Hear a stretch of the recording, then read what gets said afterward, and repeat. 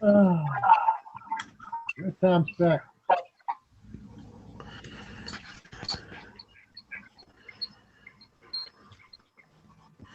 Am I in here? Can you hear me? Yep. So, normally what we do is Kevin and the three selectmen would be unmuted, and then, you know, if there's somebody that's on the agenda and we need to talk to them, we unmute them, or if somebody raises their hand and it's appropriate, we let them speak. Okay, so Kevin's going to do the announcements. Is that what you're saying? Yeah. If you hold on just a sec, please, because I've got to get all the names written down. Just quite a few.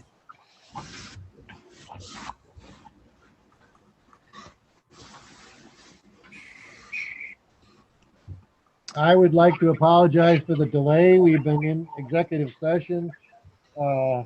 Just came out. I am so sorry for the delay.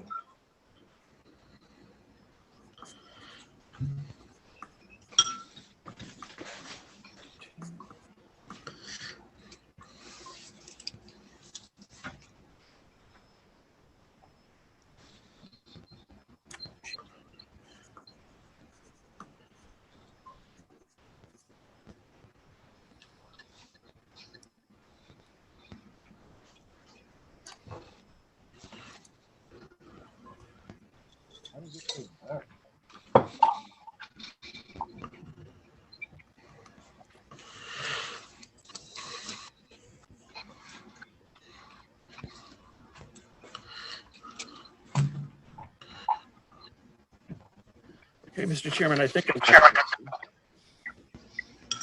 I don't know. Okay. At this point, no announcements, Mr. Chairman, and no minutes for approval, so we can go right into business items. All right. We have, as of the latest warrant, we have spent all the snow and ice, and need the board to vote permission to suspend the snow and ice account. And Rick Tenney is with us if you have any questions. Sure. Much is it? Unmute. Where is, I've asked Rick to unmute. Hi there. There he is. Hi there.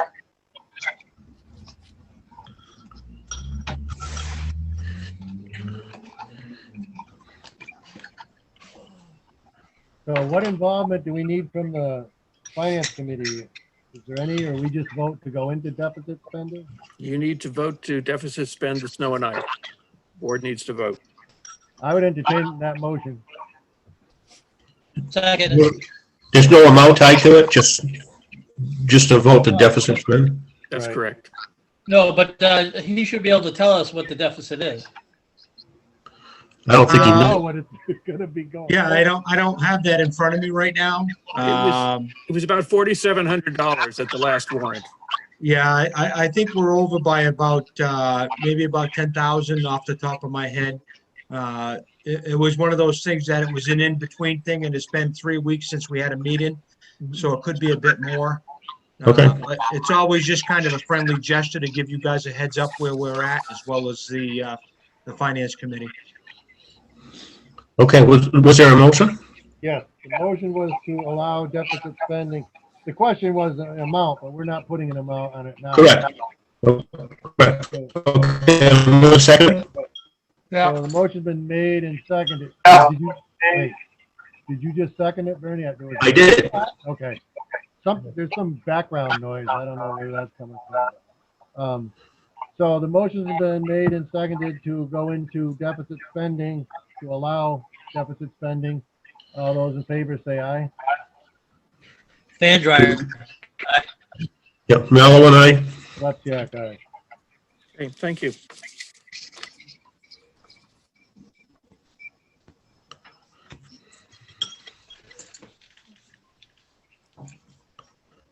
Okay.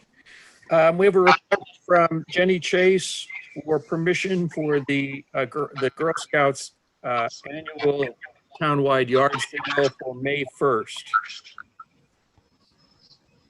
Well, we do it every year. I would entertain a motion to allow her to continue. And I see Second. Greg's got his hand up. Who? Greg Vine. Oh,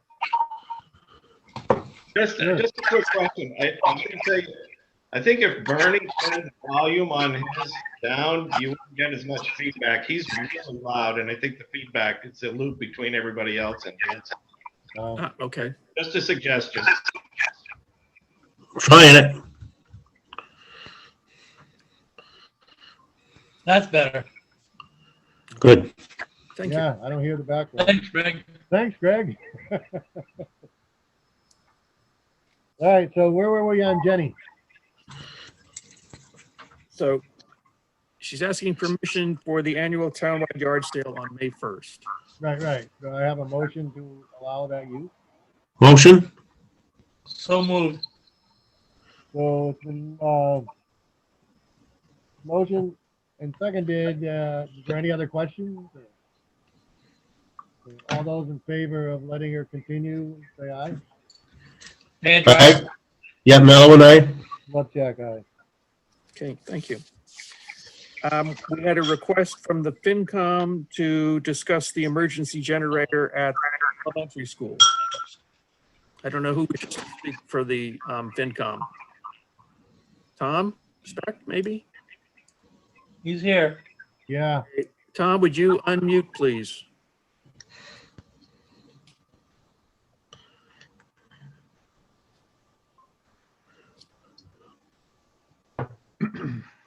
Okay, I can speak for the FinCom. There's a major concern that the money for that generator and hooking it up and all the other particulars that go along with that was allocated. And yet it's still not hooked up. So someone said it needs a trench. And so in the meantime, since our last meeting, I did some investigating and the ground's not hard. So any equipment that we have can dig a trench. I think it's imperative with the weather cycles that we have, before we get an ice storm or before we get some kind of a hurricane, that building's got to get ready for the people. And that was the understanding from the get-go. There's other issues too that I heard at this FinCom meeting the other night in terms that everything's not hooked up. Wi-Fi, computer, et cetera, et cetera. And my assumption personally was that once that building, the keys to that building were turned over to us, all that stuff was going to be hooked up the same as when the school was there. So I don't know. I think top priority is to get that generator up and running. Can I talk on that? Sure, go ahead, Gary. definitely. Okay, I was back there and I looked at that, and the tank that's there is like a 100-pound tank, and that generator will burn through that in about a day. What we really need out there is a 500-pound tank. The problem is that we should probably buy it, because that way we can buy from whomever we want, and that way we can choose whomever we want to buy from, Well, I was and it under will the, not matter. So a tank is about $3,500. Above ground 500-gallon tank. So we can have that delivered. Cheers to the Oil sells those, and we can have that delivered and easily hooked up. And that would run the entire generator there for at least a week, if needed, to keep the people warm and dry in case of emergency. And that would, I got hair in my nose. I think a cat hair, but I think that would be the best thing to do. I was under the understanding that whatever tank was there was temporary, and it was there Correct. so that it could be, everything could be hooked up and everything could run and test it out, and then we'd go further in terms of a more bigger tank. So there's got to be money in the building accounts to I finish think that Rick up. is ready to answer some of this. His hand is waving and he's just waiting his turn. Let him go. Yes, just to cover a couple of things. The tank that's there right now for the heat is an American gas tank. And I got some prices from RJ McDonald, just confirmation. It's a verbal confirmation on what it would cost. It's about $3,300 to purchase. I believe it's 1,000-gallon tank, Gerhard. That could be right up what you're saying. And I was speaking to Kevin Flynn the other day that instead of putting a separate tank in for the school, which the highway department already poured pads for, it may be wise to put 1,000-gallon tank and purchase it, own it, so we don't have to shop around and have tanks changed when contracts changed. And we can connect both the generator and the heat tank to the same 1,000-gallon tank and own the tank. It was, like I said, it was a verbal. It was $3,300 ballpark. About what Gerhard said, $3,000, and then we own it and we're done. But that's and there is, I believe, a temporary tank out there that was to do a test drive of the generator so that the person that installed it could finally get paid, knowing that there was an exercise run and that it did do what it was supposed to do. So my question is when is it gonna happen? Or is it gonna get swept under the rug? I want to say that it was looked into back a few months ago with Pete Lyman, and winter set in as usual. And this goes back a couple of years ago. This was supposed to be done. So it kind of fell on, it goes back. I don't know who to put the blame on, but I think that where we're at the point of the season that we're in right now, another month here, we're going to be in some pretty good shape, hopefully. And where we've gone another year, I think give it a little bit more time and get some prices on a permanent tank purchase and definitely get it done. Okay. And again, I'm not sure where the allocation of monies is and if it was already paid for or where the money is at. That's obviously not the highway's position on this. Just to let you know that we did get a preliminary, because I figured this was going to be coming up at some point. Yeah, Pete Lyman gave us a figure of $800 if we ran the trench to where the pad was that highway had put in place, but it should be much less if we use the existing location of that tank that Rick was talking about. Yeah, because I think right now we can run a line right along the building and tie them both in and have one tank. And instead of having 1,000-gallon tank just for heat, maybe there's a different size. Gerhard, you may know better than I do, or Bernie, on 1,000-gallon tank propane. Maybe we can go with a 15 or a 2,000, but I think 1,000 would be fine and have them both hooked together simultaneously.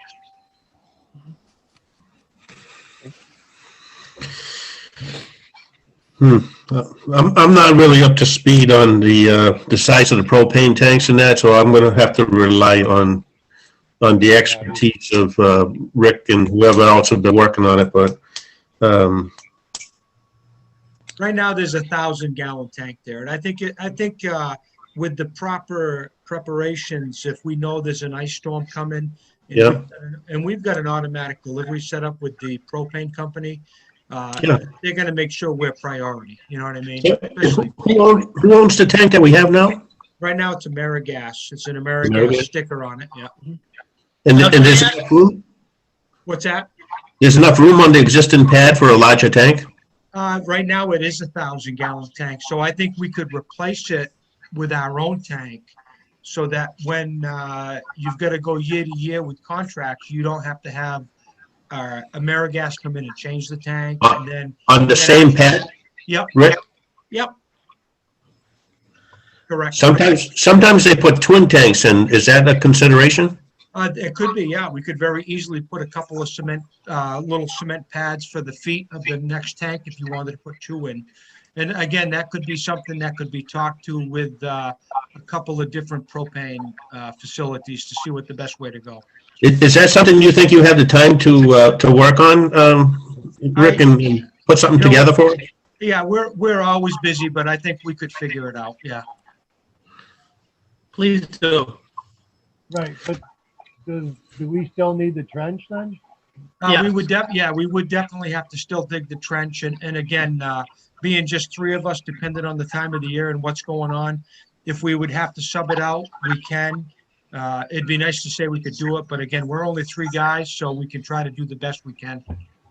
Right, because going back to Tom Speck, I believe that's what the biggest problem is.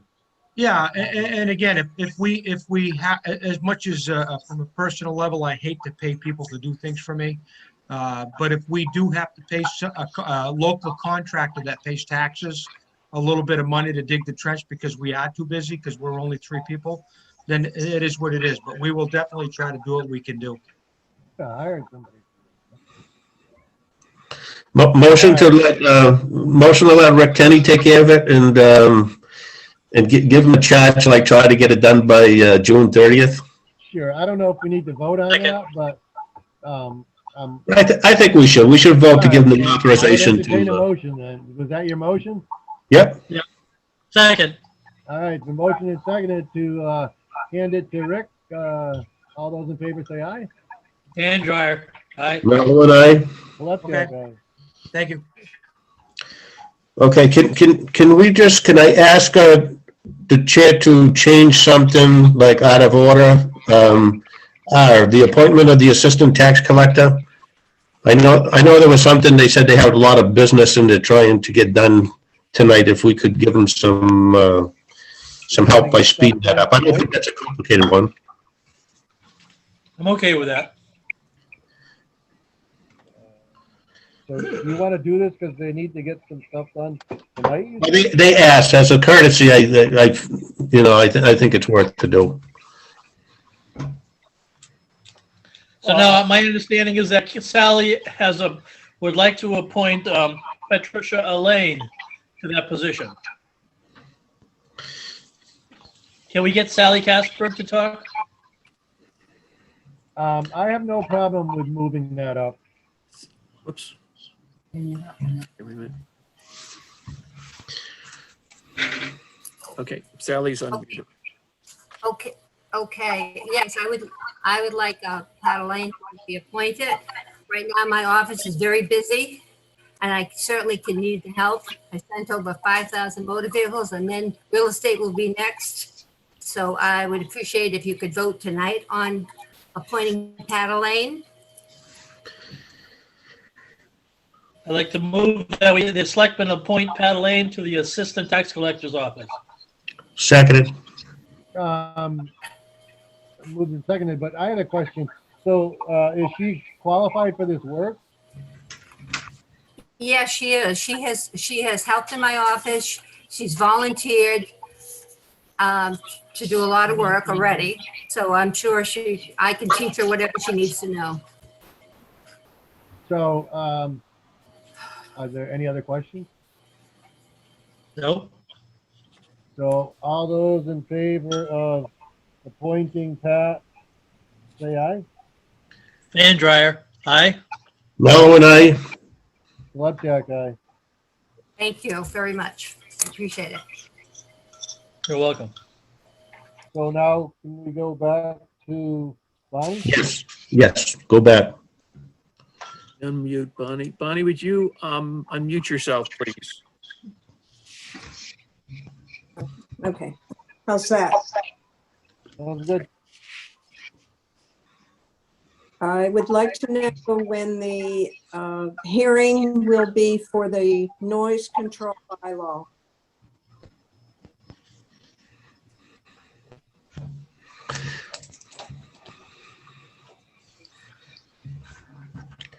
I have no idea where the selectmen are on that. So, Kevin, can you answer that? That's the selectman's choice to set that date. The town's bylaws require that the selectmen have a public hearing for a general bylaw change like that. And this is a general bylaw that will control for noise. You have the language, Kevin?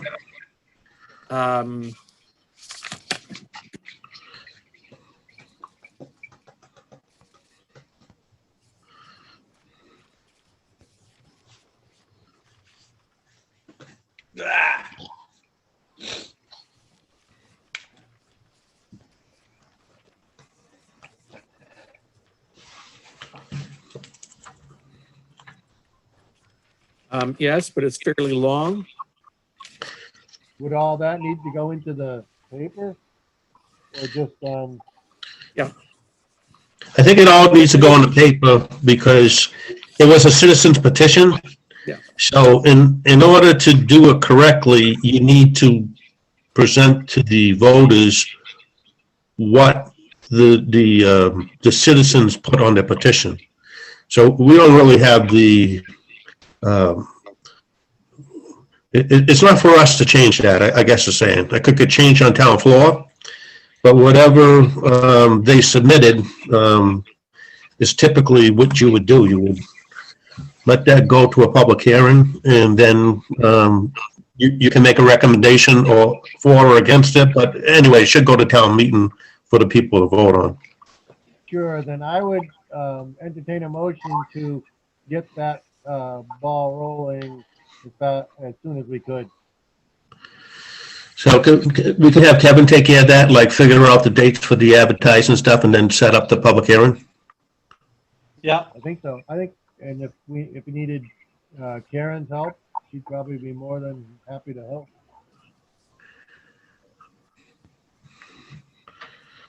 So you want me to set a public hearing date and the advertising dates? Correct. Okay. So I'm not sure if there's anybody else, Kevin, that we need to notify for a town bylaw. Do we still need to notify, like MRCP in Boston? not a zoning bylaw. Okay, I think it's just zoning, okay. Yeah. It's just our local rule. Okay. Who So made the you'll have motion? you'll have the information at the next meeting. The 24th. Yeah, but it's going to be time sensitive, so you might need to set this up. Yeah. You know, you might have to put the wheels in motion, I guess, is what I'm saying. Yeah. Yeah. So who made the motion? Excuse me. I don't know if it's been made yet. I asked for one. I'll make a motion to have Kevin arrange the dates for the public hearing for the noise control bylaw. Second. So it's been motion and second. Is there any other questions? Ronnie, you okay with that? When will I know what the date is? I think Kevin's got to look and see, you know, what those timeframes, like the paper and, you know, how much time after that and so forth. Yeah, I've got to count back from the date of the annual meeting and I'll let you know. I'll check the calendar in the morning and I'll let you know as soon as I figure it out. Okay, so I should find out tomorrow then? Hopefully, yeah. So all those in favor, limb. unless there's some other question. Fan dryer, aye. Nancy. Yeah, let's let him talk. Wait a minute. I think he's volunteering for something. Nope. Nope, he's unmuted. Okay. Do we have the changes online anywhere that we can view that before the public hearing that Bonnie wants to propose? It should be. They need to be filed with the town clerk. So she typically puts them online. Currently, there's a zoning bylaw for dirt bikes and motocross, an amendment for that, which is on the planning board website. And Karen, the town clerk, had put that on there. She has the information. We should get her the same information Right. from the select board side to Karen. So it's a public document in case people want to look at it and they have a question. I think she already has a copy. And her hand's up too. I was trying to get her to, I've got a copy of it, so I can put it up too, but but we can let her add her 2 cents. maybe Karen wants to put it up. You want it on Karen's page? Or does Karen want it on her page? I don't know, she wanted to speak. Hi, I've already put it on, I think it was placed on the January 25th planning board meeting as one of the documents that's listed down below on the agenda. So if David goes to the meeting and agenda site for the planning board and looks at the last few meetings, it is there somewhere. Okay. Okay. Hold on, let's step back a minute. Karen? Yep. Are those two different things? Yeah, Karen, are you talking about the information that I forwarded to you? No, I'm talking about Bonnie's noise bylaw. I believe I put it on the website at one point too. Oh, I see. Okay, that's fine. I get it now. So Anyway, is the noise bylaw the same as the dirt track? No, So it's two separate things we're talking about here. Right. Yeah, completely different. That's No, it's a why little- Bernie it's a little said step back, confusing. because it didn't belong with the planning board.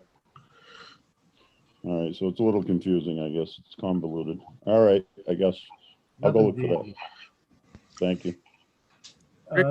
Kenny's swearing in. Rick, Go ahead. Yes, hey, something as important as this, should that be put on the front page of the town's website so that people don't have to search for it'll go under news, this you know, if they want the to news find it? section. Something that, yeah, I'm just saying, like, right on the front page, when you click on something, it shows things that are going on currently in town, so Yeah. people can find it very easily instead of having to search for it. It'll go on the news section. You know, that's right on the front there. Okay, All right. So, thank you. did we vote? No, You had No, I fan think dryer, we're and that's still as far as you got. You had one vote. So, Can I make a recommendation on this, add something to sure, it? we're still in discussion. We have a Phillipston newsletter. If we can get this stuff in the newsletter, then, you know, people, they have an idea what's going on, and then they can participate. Is Kim You know here? what I mean? At least they were forewarned. Do we have time? Oh, yeah. I'm sure we have time. We have time to get that one, and we worked the other one a little quickly, so I missed the time, because I wanted to put that one in also, but we can do that. Actually, we can do it and explain it, the two different ones, just so people know. Yeah, that's not a bad idea. There's going to be two different articles, right, for the town meeting. Yep. So that would be my suggestion, okay? So Yeah. go back to the other part. There was I seconded. I'm a Mallow and I, so we can get moving on that. Slapjack eye, so we can proceed. Okay, thank you. Okay. Hey, Tim, we got please, Tim next anyway. with us to speak about the Queen Lake Dam. Let me just find Tim. Tim, would you unmute yourself, please? Yes. We just want to, the association is wondering where things stand on it. The sign off, has the dam been completely approved and signed off and all the permits closed out, or where do we stand on that? And also the water level as to when we start raising it back up. And I know we talked to about that, that he's gonna start closing up the gate pretty soon here. And that's mainly what, we're wondering about, also in everything closed out on the whole dam project. It's the main question. Then we also do have questions on the beach for next summer, whether the porta potty and all that sort of stuff. I know that's coming up soon, and so we figured we'd get a jump on seeing what's going to happen over there this year. And then also we wanted to throw out that the weed treatment was really good last year, but we're still planning on doing follow-up, and we still want to put it in front of the town that if they wanted to do anything with that, contribute towards it or whatever, we just want that out. And that's basically all it is. So, correct me if I'm wrong, I believe there was something, outstanding things, and they were taken care of as far as the dam. I believe we already addressed that. Rick, would you unmute? There you go. Thank you. I'm not sure what else you need. I mean, I think it's too early. I mean, who knows what edicts would come out for, here, you know, laws or allowances of porta potties this year. Maybe it will be relaxed. I don't know. But it's not, you know, I mean, we can still, well, I'm sure we're going to hear. I don't think we can act on it this early.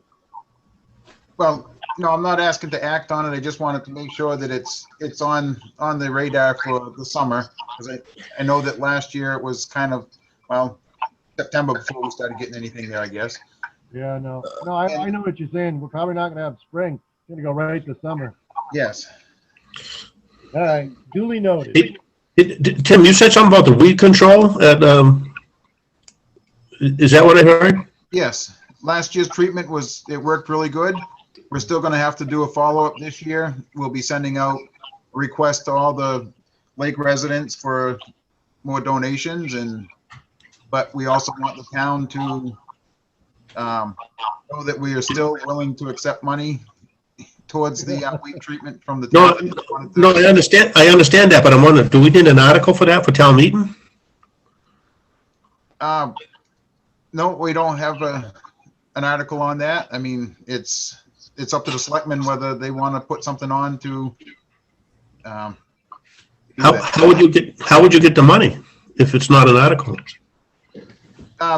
Last year, the last treatment that we spent $64,000 on to treat it, we sent out a notice to all the lake residents, anybody that has property on the camp, on the lake. Yeah. We divided it up and said each one should pay $350 per lot, and they all contributed it. And did the town? The town paid for the 6 lots or whatever that they have. And so I don't remember just how much it was that they had contributed, but we sent it out to everybody that has any lots, and the town has a number of lots, and they paid some towards it.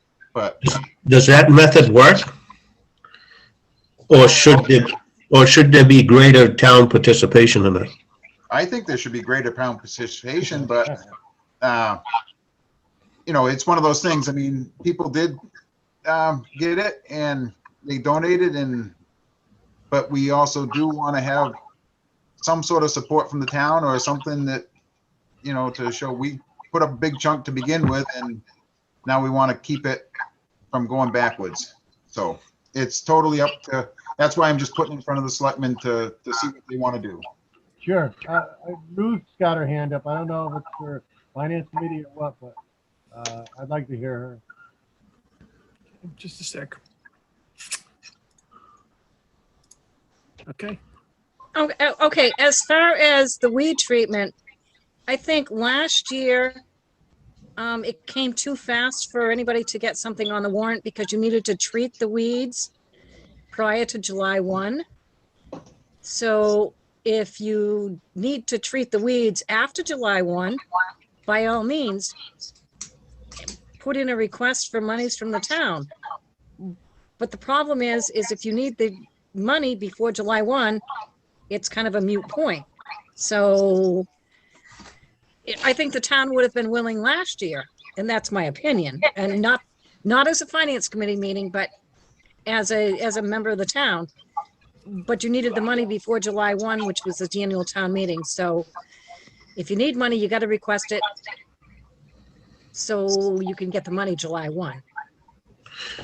But we can still do that if we have.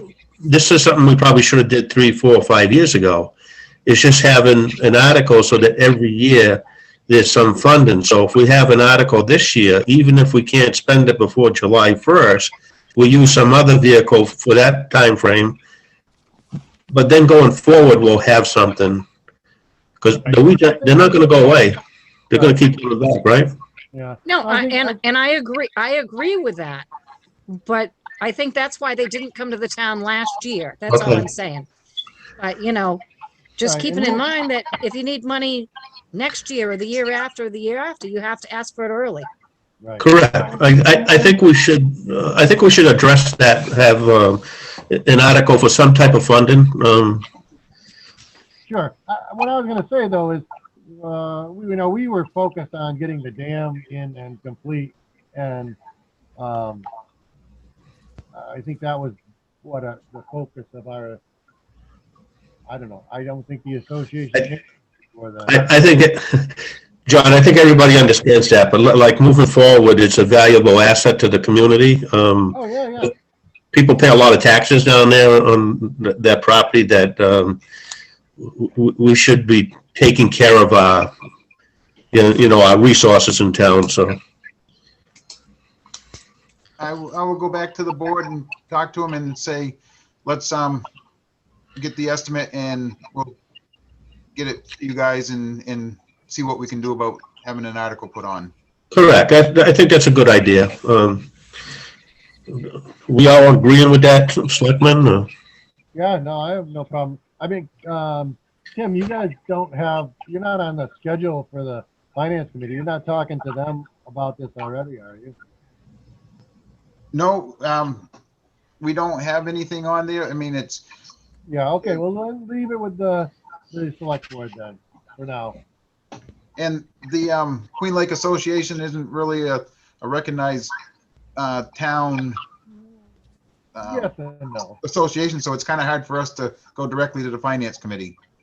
Well, I mean, there's residents there that, anyway, we should move forward with it. Okay,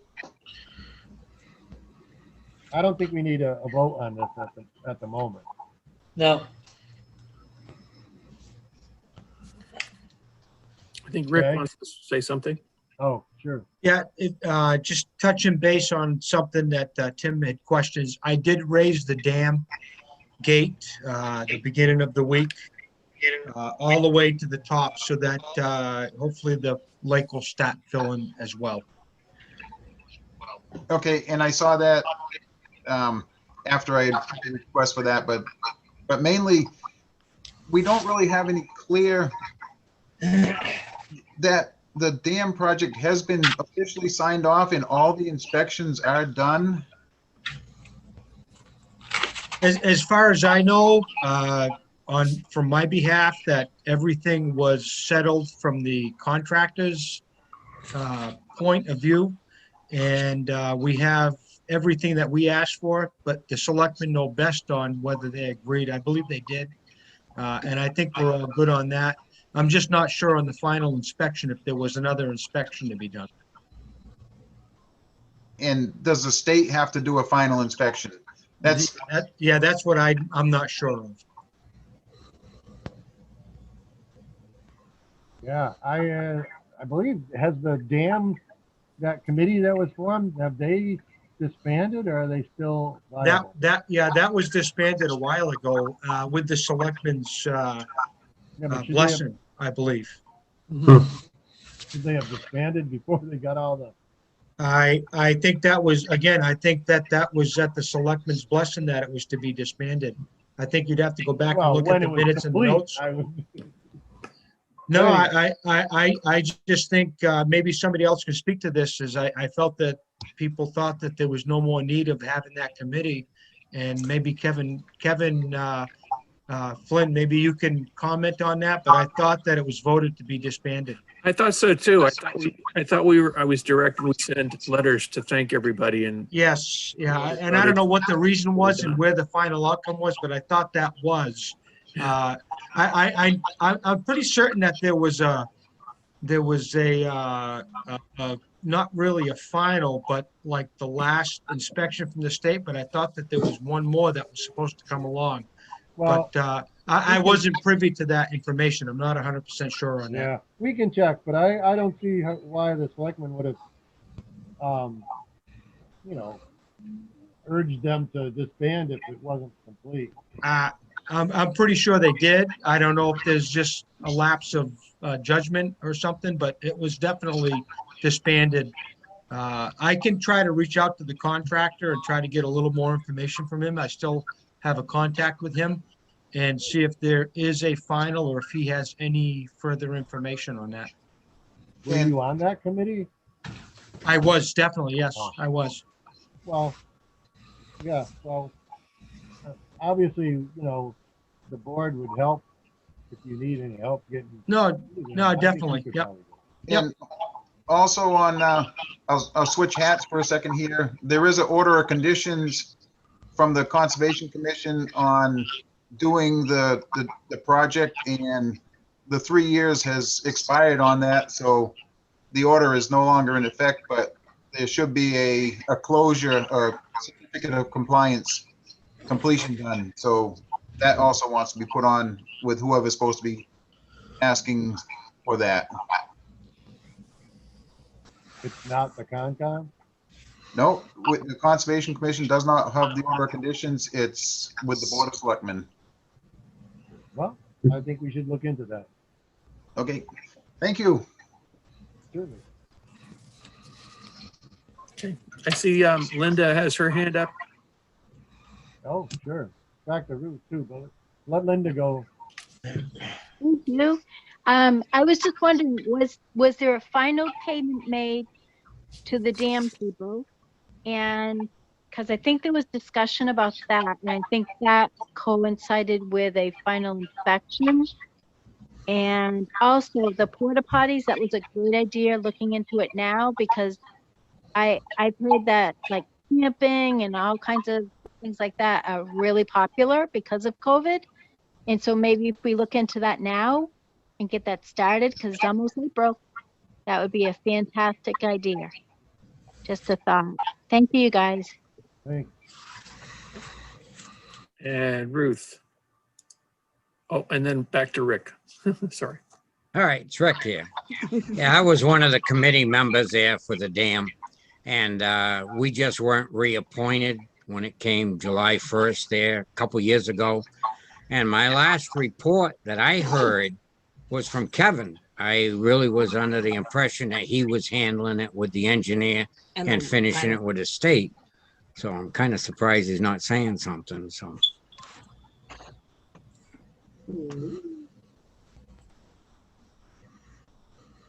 I don't know what report that was. Rick? If I can just add that I know the final payment to the construction company was based on putting some stainless steel contraptions in and making sure that the lead diverter was replaced that failed.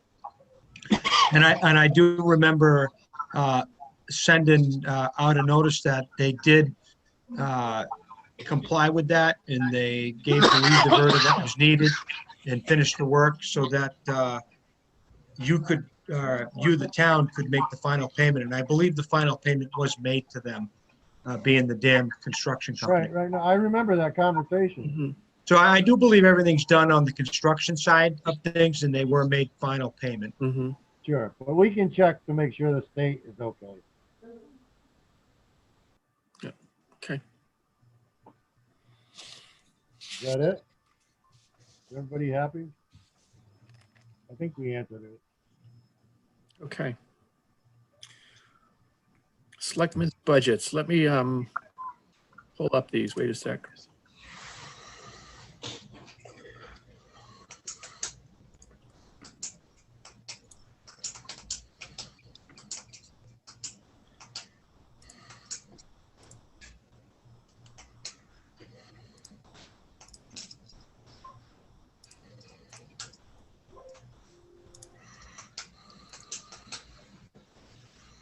Which one is this one?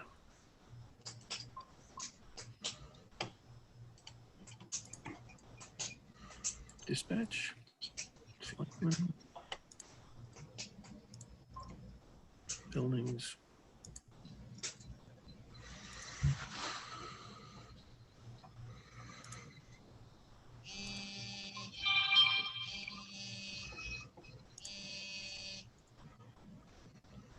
Okay. Do this one then. Let me share the screen with you. Buildings, that looks good. Yeah, okay. All right. This is I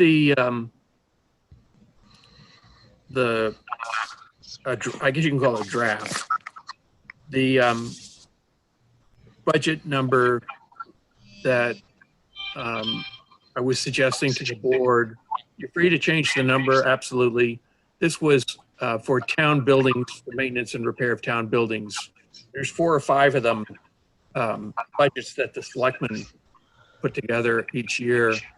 This is what was spent for 12 months in FY20. Was about 3,477 in the 6 months of this year. We've been very careful last year. We haven't spent very much. We normally put in $35,000 for town building repairs and maintenance. And so that's the number that I put in there. It's typically the number every year that we put in. I'll leave that there and go to another one. Let's see, what's this one? Selectmen. Where was dispatch? I wanted to talk to you about dispatch before we, is this dispatch? Here's dispatch. Okay, dispatch. This was the full number for FY20 was 63,770.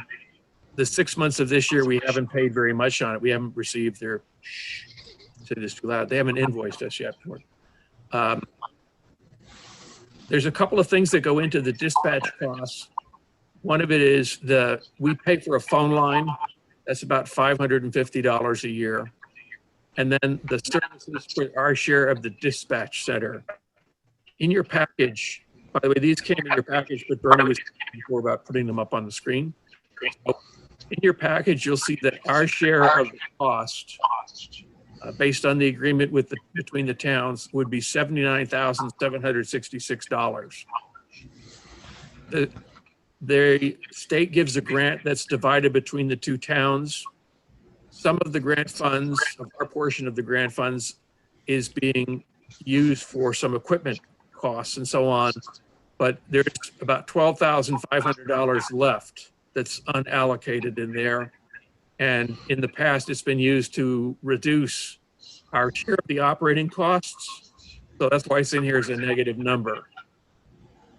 And what it does is it then brings down the total dispatch cost to $67,816 for the coming year. It's about $1,500 more than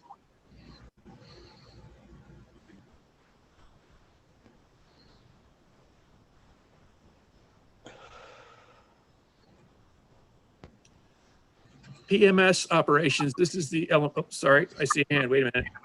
I'll stop. Got to go back here. My thing is stuck on building repair. Sorry? My thing is stuck on building repair. Your thing is stuck on building repairs? Yeah, it just says building repairs, 35,000. That's it. I'm having the same problem. Okay. Doesn't show dispatch, doesn't show anything other than building repair. We'll stop for a second. There's a hand up here. So who had their hand up? Nope, nobody? Okay, so I'll go back and I'll share a screen. I'll pick one. Here's dispatch. $550 for the phone line. Our share of the operations is $79,766. If we use our share of the state grant to offset the cost, what's left in it, $12,500. Reduces it to $67,816. Recommendation as to how to use the money. It's up to the board if you want to do that. And what was that grant for? That's the state grant, our share of the state grant. Because we regionalize. For the regional grant for operations. That's a one-time thing? Yeah, we get that every year. We share it with the town. Oh, we get it every year. Yeah, that's that every year regional grant. We get a portion, they get a portion. Some of ours is being used for equipment, and then that's how much is left that we could use. And so I'm just suggesting you can use it to reduce the cost of our share of the dispatch operations. Well, that makes sense. So, and I guess Linda's hand was up. Yeah, and I just saw it there, and I'm learning that just now that I can actually do it from here to unmute her or let her hand go. Oh, good. So. Thank you. Can you please tell us the total amount of that grant, Kevin? I think I've got something from Adam Lamontagne, so just a sec, let me take it.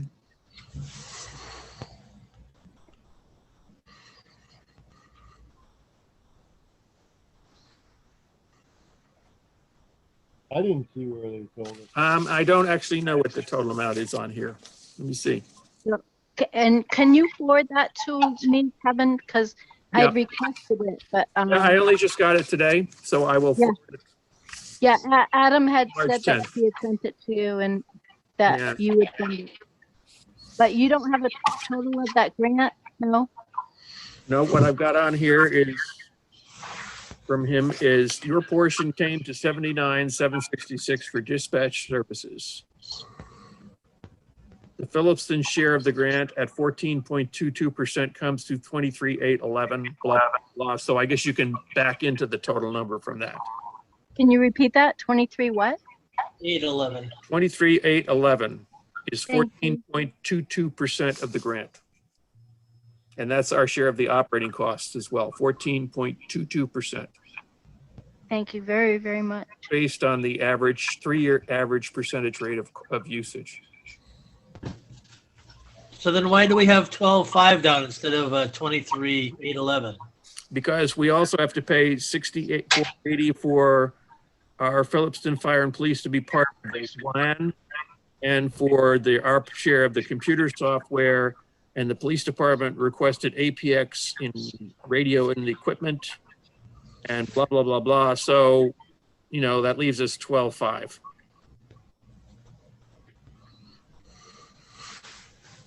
Can we get a list of that, please? Yep, there's an email that I sent to you that has Yeah, that. it's in that email that we got today. Just, yeah, you can print it out. There's an email that I'm sorry, I was working today. I didn't get a chance to look at it. No, I'm either. just saying. okay. that It's You okay. have it. You should It's have in there. Because I got it. I'm looking at it. So let me close that one. Kevin, can you give us a breakdown of that information too, please? I'm sorry, say again? Could you give us a breakdown of that information too that you sent to the Yep, selectmen? I will send it on to you. Like I said, I've got this today, so I will send it on to you. Perfect. Thank you so much. Yeah. So let me go to the PMS operations, Phillipston Memorial School operations. This one, I think, right? Yeah, fiscal 22. All right. I put in $16,000 for the cost of the custodian, which I think was our estimate from before. Is this being shared or not? Let me see. No, it's not. Sorry, let me go back.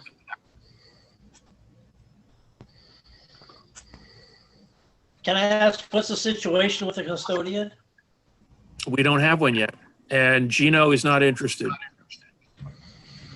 People kept saying he was interested. He has no interest in it, so we don't have one yet. We'll come to that a little later. It's on the agenda. Okay, $16,000 for a part-time custodian, just for that building. Propane, 12.5, heating oil 9, electricity 18.5. Those are based on 3 years average. Phone is an estimate based on recent average. Internet and insurance are included in the selectmen's costs, property insurance. Closed circuit TV is actually just in the building. It's just in the closet across the hallway from the principal's office. It's not tagged into the superintendent's office or anything like that. I put in $5,000 for consumable supplies, you know, whatever it takes to clean things up and so on. Water testing is the contract price we have from Whitewater. Lawn care and gasoline is a guesstimate. Generator maintenance and furnace maintenance are based on what we typically pay. And then a miscellaneous of $2,500, which is 5% of the above numbers. The total for all that comes to $78,563. And, it's an estimate. I'm open to suggestions about if somebody thinks something is too high or too low. Absolutely. This is an estimate. I'm all ears. I'd like to ask, where in the previous selectmen's budget did we pay for any lawn care and gasoline? I think we just put it in as miscellaneous things. I'm not really sure, Gerhard. I think it was just kind of a miscellaneous item. Well, my comment on that is that we have been using the cemetery commission to do all the mowing around town, and I think we should go back to that now that the COVID is pretty well lifted. I mean, we did put an end to that, and because you were afraid of people getting sick. So, but now that things are being lifted all around, I think it's safe to say that the cemetery commission can go back to mowing all of the lawns around as they did in previous years. Whatever they like, sir. Whatever the board likes. Like I said, this is just, recommendation here based on, first year owning the building, trying to figure out what the numbers are going to be. But I think, actually, this is selectmen's budget. This isn't the school.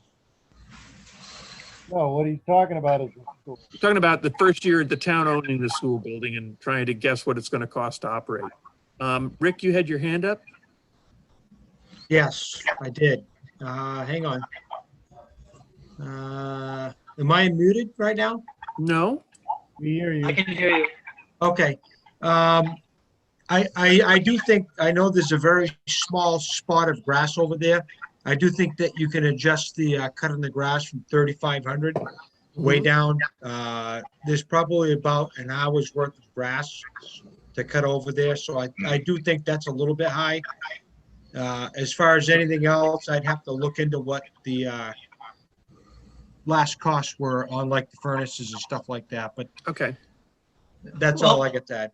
Okay, I wasn't sure whether to include like the back fields, the playing fields and stuff in there or not. I do believe that the back fields and the playing fields was all part of the cemetery. I know that there is a ride-in lawnmower over there. It's more of a residential lawnmower. Yeah. Okay. And the last that I heard was that was not, it did not run. Oh, okay. So. Okay, so what would you suggest we put in? I think that it should be looked at with the cemetery and try to get an idea of what it would cost extra to cut that. It's a small parcel in the back of the school, and there is such a small patch in the front. It's not even worth adding in. And my personal opinion is where we've already got 3 commercial pieces of lawn equipment to cut the town's grounds, it would not be worth purchasing another piece of commercial grass equipment. Right. That's my recommendation. Right. Okay. I agree with that. Okay. Let me just flip down for a sec. Dave Manty, you've got a question. Is it on this one? Yes, it is, Kevin. The custodian fee, you got that cut out. We haven't spent the dime of the 15,000 that we already raised and appropriated for the custodian yet. And I believe we set aside 50,000 at the last special town meeting we had for heat and oil. We just started paying for that. I believe it was February 3rd. So we should have plenty of money left over for heat and a custodian since we haven't hired a custodian yet. So why are these numbers so high? We should have plenty of surplus. We just voted in at the special town meeting that we had to have and had to come up with the money. So I don't understand why we need to raise and appropriate more money and we're going to have a surplus left over. No. All that money will go into free cash at the end of the year, Dave. Like I said, we'll have we don't, I don't think the townspeople should be raising and appropriate to put money into free cash. Well, I mean, you're raising our taxes and then we squirrel it away. That's not the way it should be done. Wait a minute.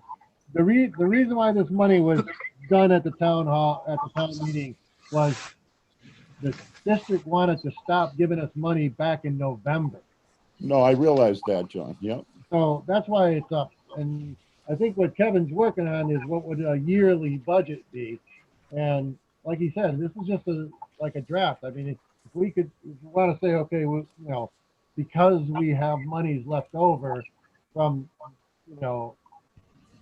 the worst case scenario, we could reduce some of these things. I believe the finance committee has a date to go over things with the select board. Correct me if I'm wrong. I think Kevin is writing out what a possible budget would be for the elementary school. None of this is in concrete. Right. I think we should have another meeting just on this budget alone.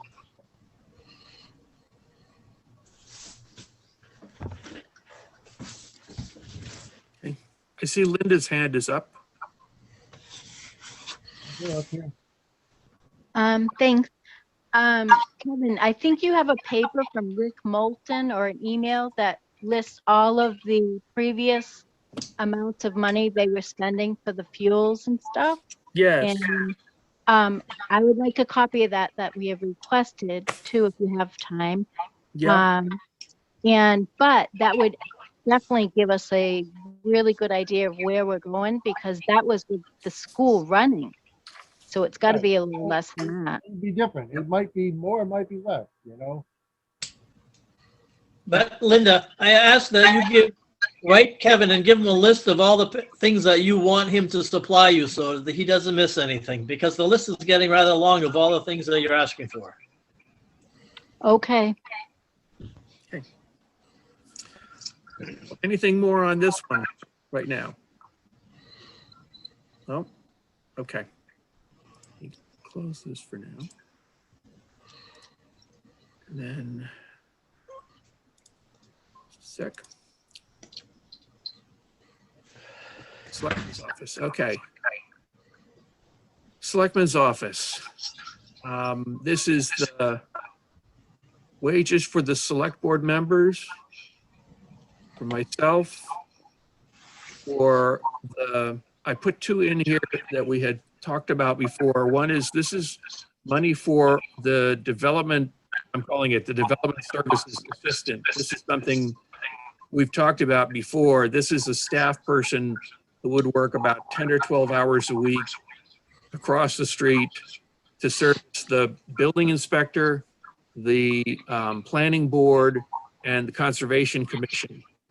And that would be up to four meetings a month, plus the late Wednesday nights on those nights that they're there, and then also a couple of afternoons a week. That's something that's later on the agenda.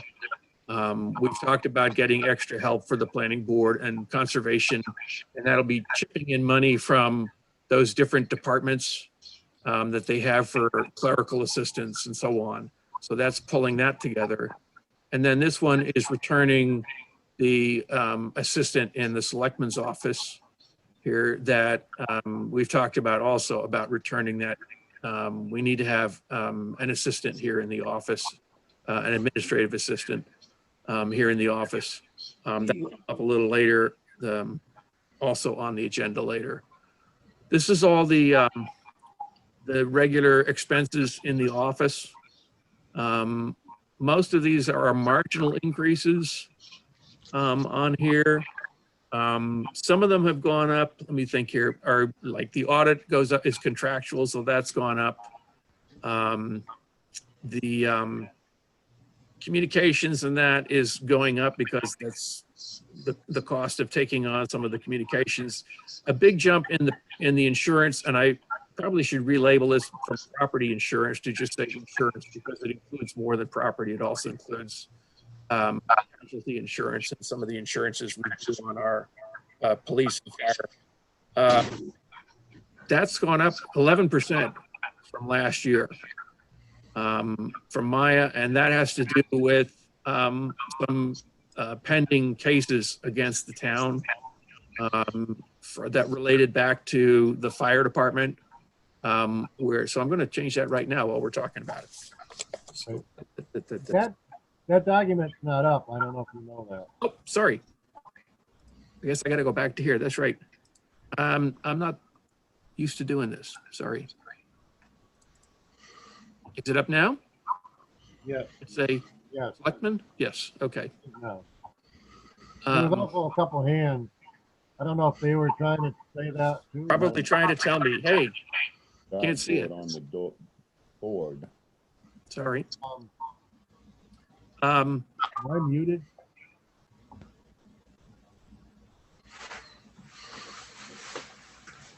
So, there's It looks marginal like $65,000. increases in some of these I have no things, but idea how much heat is gonna cost. Or the custodian. Well, I'm please don't do that because it causes a problem. The feedback and it makes it hard for people to hear. Now we're gonna have a surplus, which will end up in free cash. Dave, please stop. Oh, sorry. Okay. The big change here was in insurance, and that's gone up about 11%, a bit higher than 11%. It relates back to the discrimination lawsuits that were filed against the town. One was recently dismissed by the hearing officer in Boston as a result of their review of the materials that we provided them. Kevin, Tom Speck has his hand up. I think that's his dog. Okay, I can't see his hand from here, so Yeah.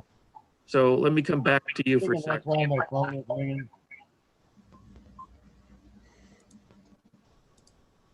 Hang on.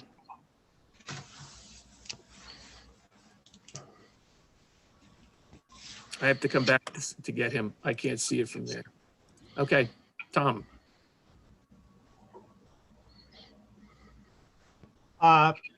Two things. When you expand the screen, and personally, I'm not that savvy with this, I can't raise my hand, but it just went back to the original pictures and who the participants are. That's number one. Kevin, did you do a budget for, I know there's a line item for PMS maintenance separate on the spreadsheet. And that was for any maintenance that we had to do, et cetera, et cetera. Did you do up a budget for that? Number one. And number two, Bernie, I'm addressing this to you. We've got to get an article on the annual town meeting for the units on the roof that are left to be done and the roof. We've got to secure that building in terms of the roof. And before we move forward in terms of using that school for anything else, we got to at least take care of the roof, and we got to at least take care of the air handling units because they're old. If you remember, they told us they're being held together with duct tape and baling wire, and they probably wouldn't pass any COVID air quality tests. So we got to get those two articles on the annual town meeting. You were involved and probably can get a hold of the figures that we need and generate the articles. And then back to Kevin, like I said, there was a line item for PMS maintenance that we were dedicating money for the building, in addition to town building line item. So. You mean in addition to the operating the building? Yeah, separate from operating the building, because last year we weren't operating the building. Right. We were putting money in there for maintenance. Yeah. And when the committee was active, there would have been a possibility for needing monies for someone to come in and give us some estimates, consultants. Right. So that's a question I have. Is, do you want it to be into this same budget that says operations with $25,000 for maintenance of the building, or do you want a separate article, a separate account for that? Personally, how do you want it? No, 6 of one, half dozen of the other. Probably would be best to have a separate PMS building maintenance so we can keep closer track of it rather than put in with the rest. I mean, I'm open for discussion on that. I could go either way, but I think it would be nice to be able to follow that. Okay. Rick, you had your hand up. Yeah, I personally think, I know we've had a couple of issues with the rooftop ACs, air handlers, heat, etc. Currently got another call into them, the one in the gym's malfunctioning and the one above the main principal's office just in the past month. But I really think that we should get our feet firmly on the ground before we start contributing more money to the current fund that's in place and get a bearing as to where we're at before we just start throwing money at this place. Well, I'm not suggesting to increase whatever amount there was last year. It could be level funded. But, bottom line is you wouldn't let the roof go to hell on your house and start. Correct.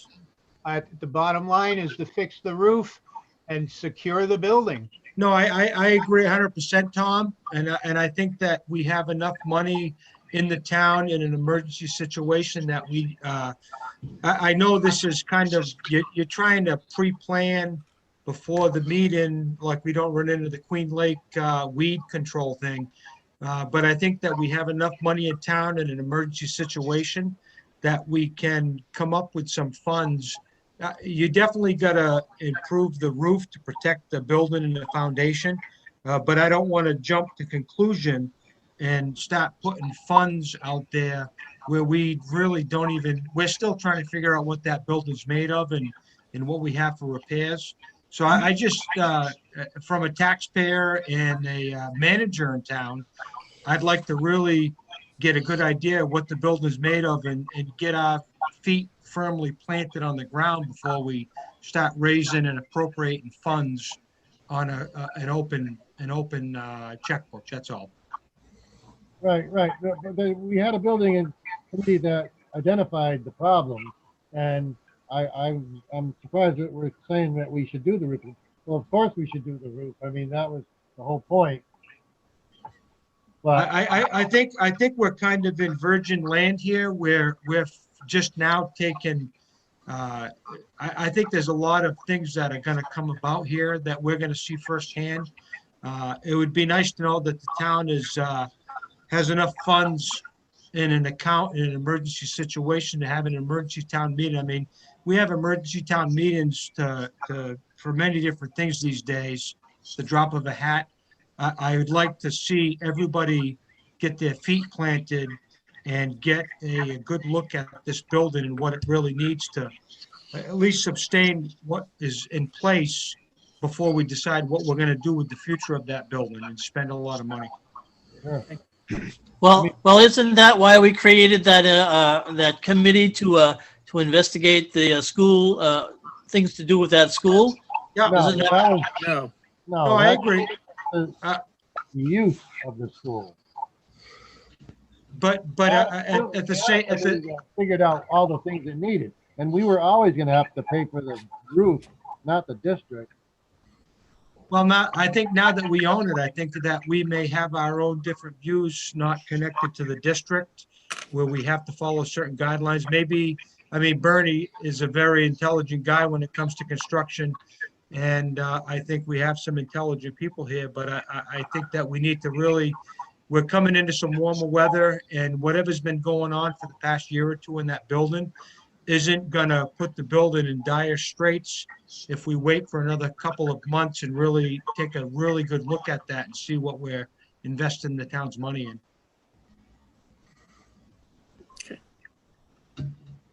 Tim Haley's got his hand up.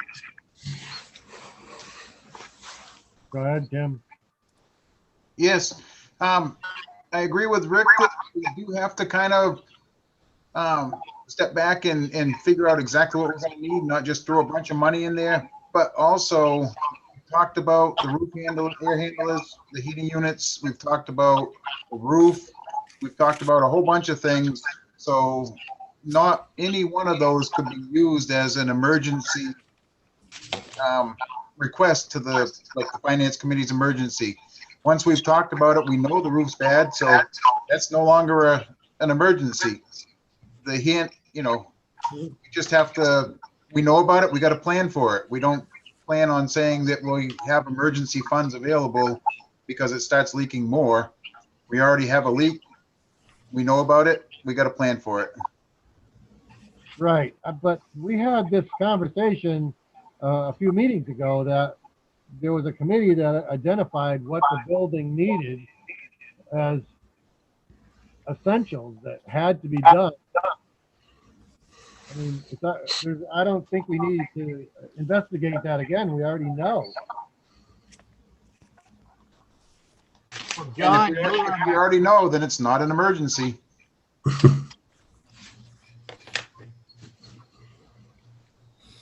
I don't know where you get, I didn't say we need emergency funds to do that. Okay, Rick?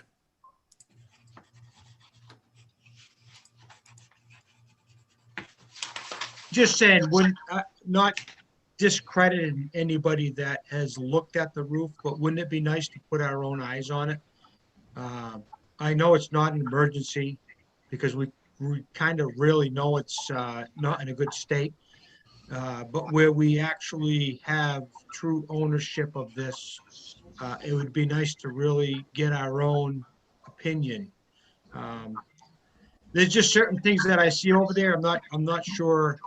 I just like to put a really good set of eyes on that as a taxpayer myself. That's all. And then Paul's iPad.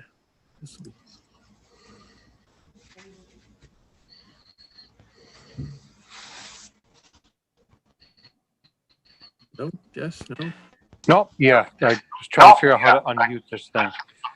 Shouldn't we put dollars into the capital fund related to the building? So that way, when we go to town meeting, some of those dollars could be put towards that. So we don't have to go into emergency funds or anything.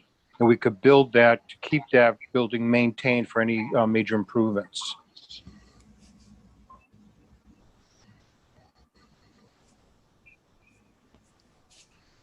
That's a Any good comment? idea. Sounds good. Yeah, we need to. How do we do it? Well, we have to, we should add a line item to the capital improvement. So we always put the ambulance, the police cruises, anything else like that. We should have a line item related to major improvements to town buildings. So that way, if we have to put a roof and it's extensive, 10, 20, however much it is, at least we'd stop building reserves that way. So that way, when it comes time and we have to do it, we're not touching emergency funds. We're going to go right to the capital appropriation and be able to take it from there.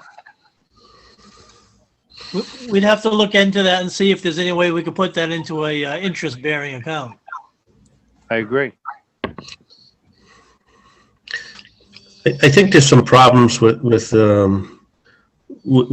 We've looked at that before, but the capital improvement fund, it has like a 5-year life to it. So we're looking like 5 years down the road. An incident at the library this past week, shingles start blowing off. We recognize the roof's getting a little bit old and stuff like. We don't really have the luxury to wait 5 years to change something like that. It should be ongoing maintenance, but you got to remember, we started that fund for equipment, and it worked out very well. We didn't put a whole lot of money into it until the last couple of years. We started, to add to it. And maybe we need to have another type of fund or some mechanism to do that for major improvements on the buildings. But these things will always sneak up on you. And as far as the roof at the school, can we get a couple more years? We may. 5, I think you're pushing it. The air handlers, when they decide to die, you don't have 5 years to go and do that. And so we just got to be mindful of those things that there's different funds for different things. I think we should have a fund just for buildings, and not necessarily that we have to use it all every year, but money gets appropriated to it so that when they need certain things, it can get done. But it's going to be an ongoing thing. We're going to have to deal with it as time goes. I agree with you. I think we should set up a separate fund related to the buildings, and it could be controlled independently from the 5-year for the cruises and the ambulance and everything. But we should have some reserves out there that if something comes about, we can draw against it. We do work with the finance committee on a budget for building maintenance. So we need to do that, get money in there. We're scheduled to meet with them. There needs to be money put in to get that work done. I mean, Yeah, but most of those monies are below $50,000. So there's not much you can do in a big emergency. But if we have a PMS building maintenance like we did have a line item for, I forget what the amount was. Maybe Kevin can put his hand on it right away from last year. That's a start. If I remember, Bernie. $10,000. Pardon me? It was $10,000. Okay. If I remember right, Bernie, those roof units were somewhere in the $60,000 range to replace the rest of the units. So we'd have 10 we could put at it and then raise and appropriate another 60 or 50. Yeah, but Tom, the problem then is you don't want to take all the money for maintenance and put it to the unit, that whole $10,000, because you still have other things that you're going to need to do, things are going to pop up. I appreciate that. I understand. But you're right. We got to figure a way to start doing some of those things. What we got to do is we got to allocate more money to to the buildings. We have to do that. It's an investment in the community. To kickstart that, would that make sense to do an override or a debt exclusion?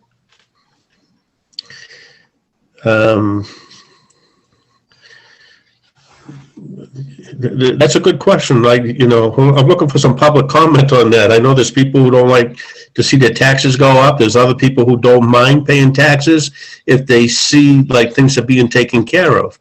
But in all fairness, I mean, I've heard some criticism about the condition of the town buildings. They're unsightly. It's not, and some of it's pandemic. We haven't been able to get contractors and things like that. But the bottom line is we should be taking better care of the buildings. We should be, putting some money somewhere to improve these things and take care of them. So we need to look at that. I'm not sure the answer, but we need to find a way to start another type of fund, maybe just for the buildings. I see a couple of people had their hands up, Kevin. What do you want? Which one? Well, let Dave speak first. There he goes. Thank you. Before we start throwing tons of money at the school, shouldn't we determine what is the use of the building? I mean, what is the end game for it? Just so people can play in the gym and we can have town meetings in it? It doesn't make sense. We're throwing hundreds of thousands of dollars at a building that possibly should be torn down. But you leave the gym and a bathroom, but if we're not going to use the building for anything, why do we throw money at a dead horse? I don't understand this. It's crazy. Sure. We got to determine what that building is good for. Is it good for anything? I mean, I heard the word override. I almost had a stroke. I mean, we're going to have another override to keep a dead horse standing on all four legs? I think they did that to get to you, Dave. Well, I did. the legs are broken. It's time to get rid of the horse. Not to be mean. All right. No, it's well taken, Dave. All right, thank you. Okay. Rick? Yeah, I don't want to use the dead horse phrase, but I do agree with Dave. At a certain point, we got to throw in the towel on maybe a certain point of the building. But also going back to what Bernie said, I know I've talked with Kevin Flynn on this, not just winging a number out there, but we have the town hall that needs some work. We have the library that needs some work. We have the annex that needs work. Fire station needs siding.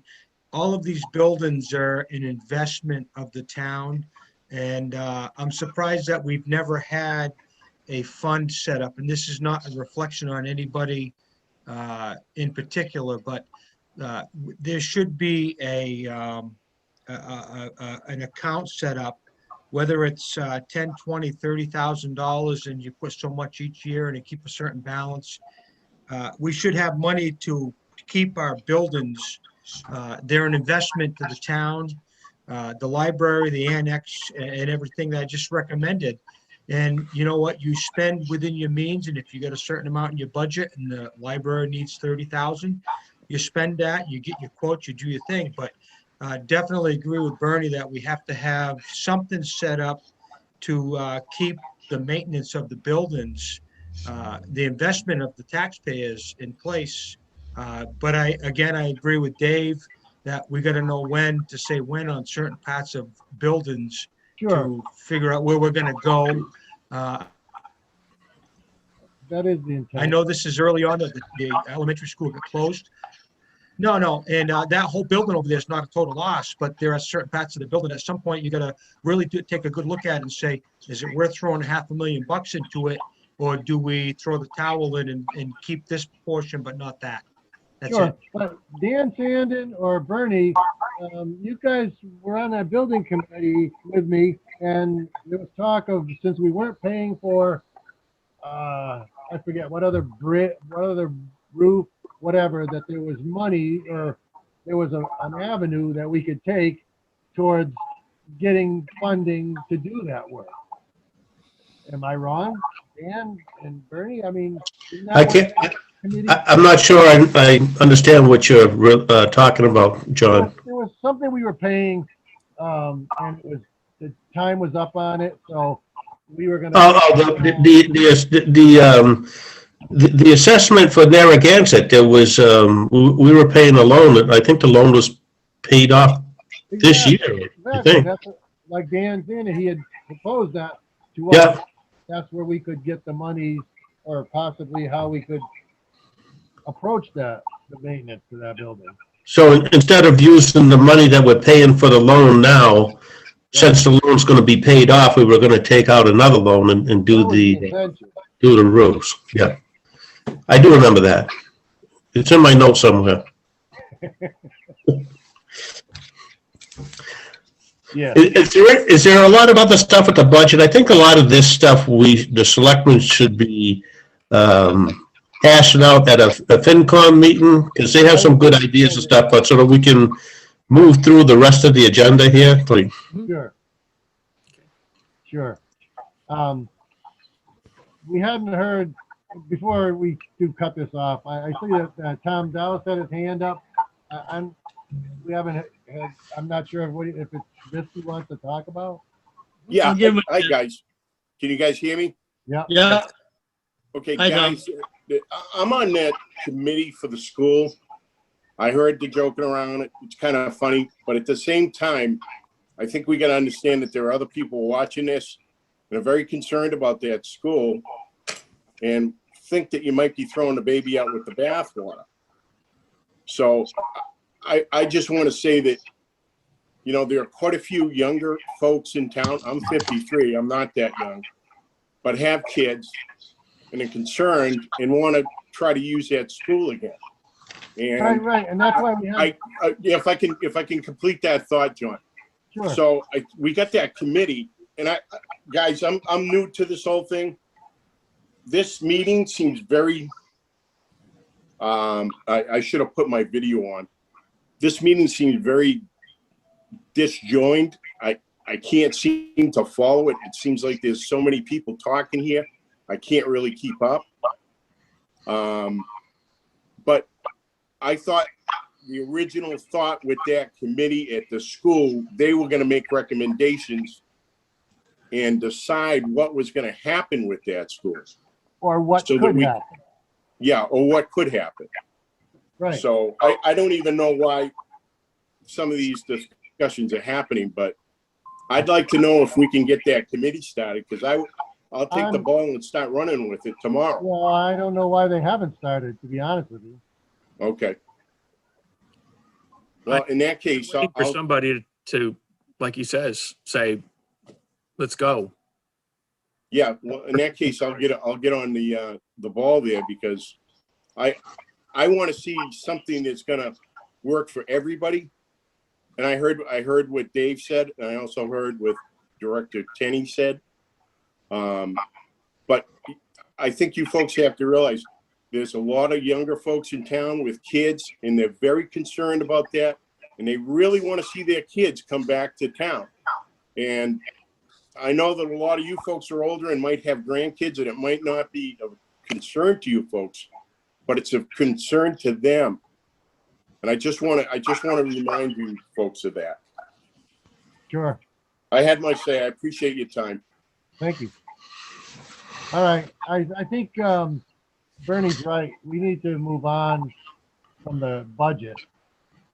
We need to have another meeting and discuss this separately. This is. We can address these, issues at the FinCom meeting.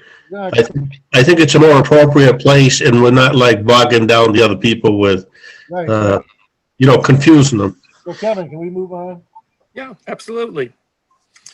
Let's see. CCC notice. CCC notice in your packet. There was some information about the about Damon's project. Oh yeah.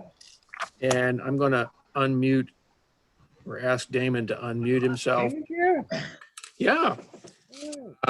He had reminded us that at some point we would be getting a notice from the Cannabis Control Commission, and they'd be looking for a letter from the board or some information from the board. In your packet is the notice from Cannabis Control Commission, and also an email that has some comment from our building commissioner that says, given the information you've supplied, the building meets the minimum zoning setbacks of 35 feet in the front yard, 20 on the side yards, and 35 in the rear yard. And Damon, are you there? Yep, I'm here. Hi. Hi. So can you fill us in? Yeah, so basically what's happening is part of our application process before we get our provisional license, the CCC sends out a letter. Basically, I've never seen the letter, but what I understand from the other towns we've dealt with, it's just asking us, or asking the town if we're within the zoning, regulations. So basically the setbacks, and if we're within 500 feet of a school, and if we're in the right zone. And so basically, as I believe the CCC is asking to send back a form they sent to you, and then once you do that, they'll give me what's called my provisional license. After we have our provisional license, we complete our build out of our facility, and then the CCC will come back and inspect our facility in person, and then they'll reach out to the town again to make sure we're, in compliance with everything again. And I believe they reach out to the police chief, and then we get our final license and we move forward. All right, so what are we looking for? Kevin, could you read that again to me? Because I don't see it, on the. Yep. Okay. From the zoning officer, what he said, the building. So, given the information that you supplied, the building meets the minimum zoning setbacks of 35 feet in the front yard, 20 feet on the side yards, and 35 feet in the rear yard. If you have any questions or need further information, please feel free to contact me. My cell number is 978-544-6296. Thank you, Philip Harris, Building Commissioner, Town of Phillipston. I don't have a problem with it, but I'm thinking for some reason it's in a commercial zone. I think the setback requirement is 50 feet, but that being said, he's 50 feet back from the road. Damon, right? Yep. Yeah, we're definitely more than that. Okay. So the CCC sent us a form to fill out. That's what you're looking for, Damon? I've never seen this. Just, Royalston, Hubbardston, and Templeton have all done this. and I've never actually see what they send back. If I can pull up the form for you to look at, it's sent out with all your other stuff. Let me see here, wait a sec. Okay, wait a minute, let me try doing this. Try to, oh Lord. Lordy, lordy. There we go. This one. Okay, can you see this? Yeah. Okay. Yeah, This is from Cannabis Control Commission. So it says, Ray Tempest's application for marijuana retail license. This is the response from the community. Pursuant to blah, blah, blah, the municipality affirms the entity listed above is in compliance or is not in compliance with municipal bylaws or ordinances here. And then. Well, my question would be, where does the commercial site plan review come in on this? I mean, this doesn't have anything to really do with it. It's basically just our license. So the Cannabis Control Commission is just basically asking if our building is in the right zone. well, it says a little more. Could you scroll down, Kevin, please? The other one. Still further? No, Okay. back up to the top. Where it says, keep going, all right. Whoops. It says pursuant to these laws, we affirm that, this entity is in compliance with municipal bylaws and ordinances, or it's not. I mean, has that been determined? Well, that comes up in every other town, but yeah, you haven't said that I'm not in compliance and voted against me. So as of now, I'm still in compliance. I mean, I guess that's the way that it reads. I mean, you can't check that I'm not in compliance. Let's talk about the setbacks. I mean, it sounds like there's more than setbacks that they're looking for. Well, yeah, it's your bylaws. So your bylaws are your setbacks. It's, am I in the right zone? And am I am I within 500 feet of a school? So if I'm, I understand what you're getting at because you haven't approved my, site plan or special permit, I guess it's called site plan, but so you haven't approved that yet. I guess that's kind of what you're getting at, but Yes, you're right. I guess more importantly is you haven't not approved it. So that's what they're asking you, if you've not approved anything, so. Is this something the select board should vote on, or is this something we should have the zoning officer decide? It has to be the chief executive officer. That fills this out, right, but. Which means the select board. Right. Hmm. But I think the select board needs to know if he's in compliance with municipal bylaws or ordinances. Well, I mean, he hasn't really even opened yet, so at this point, I would have to say he's in complete compliance. So I guess we could say not, and then with that space below, say that we're still in the process of looking at certain things. There's only two choices. You can check yes or no. Right. There's no in between. Say no, they want an explanation. If you say no, we're gonna have a real problem because my application gets rejected, and we're gonna have a real problem because you can't legally say that I'm not in compliance.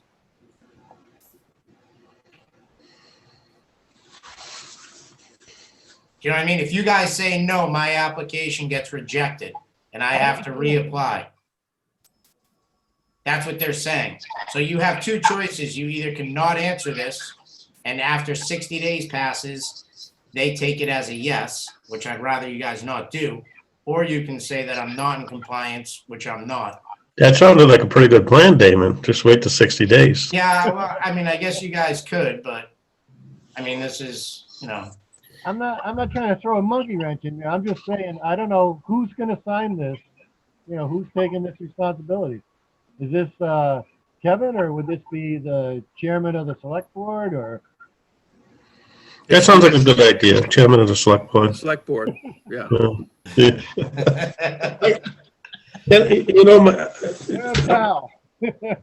This is the first one of these I've seen, but I'm thinking like there's nothing. I've seen of it. There's nothing that I can see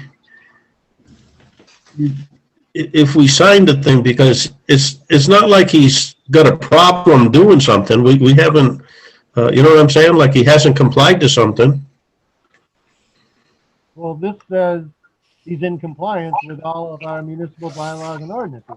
But I think, aren't we looking at like waivers and other things? Those haven't been accepted yet, have they? I mean, we're still in the middle of a hearing. Yeah, but we don't have to grant the waivers either. That's a decision that we make.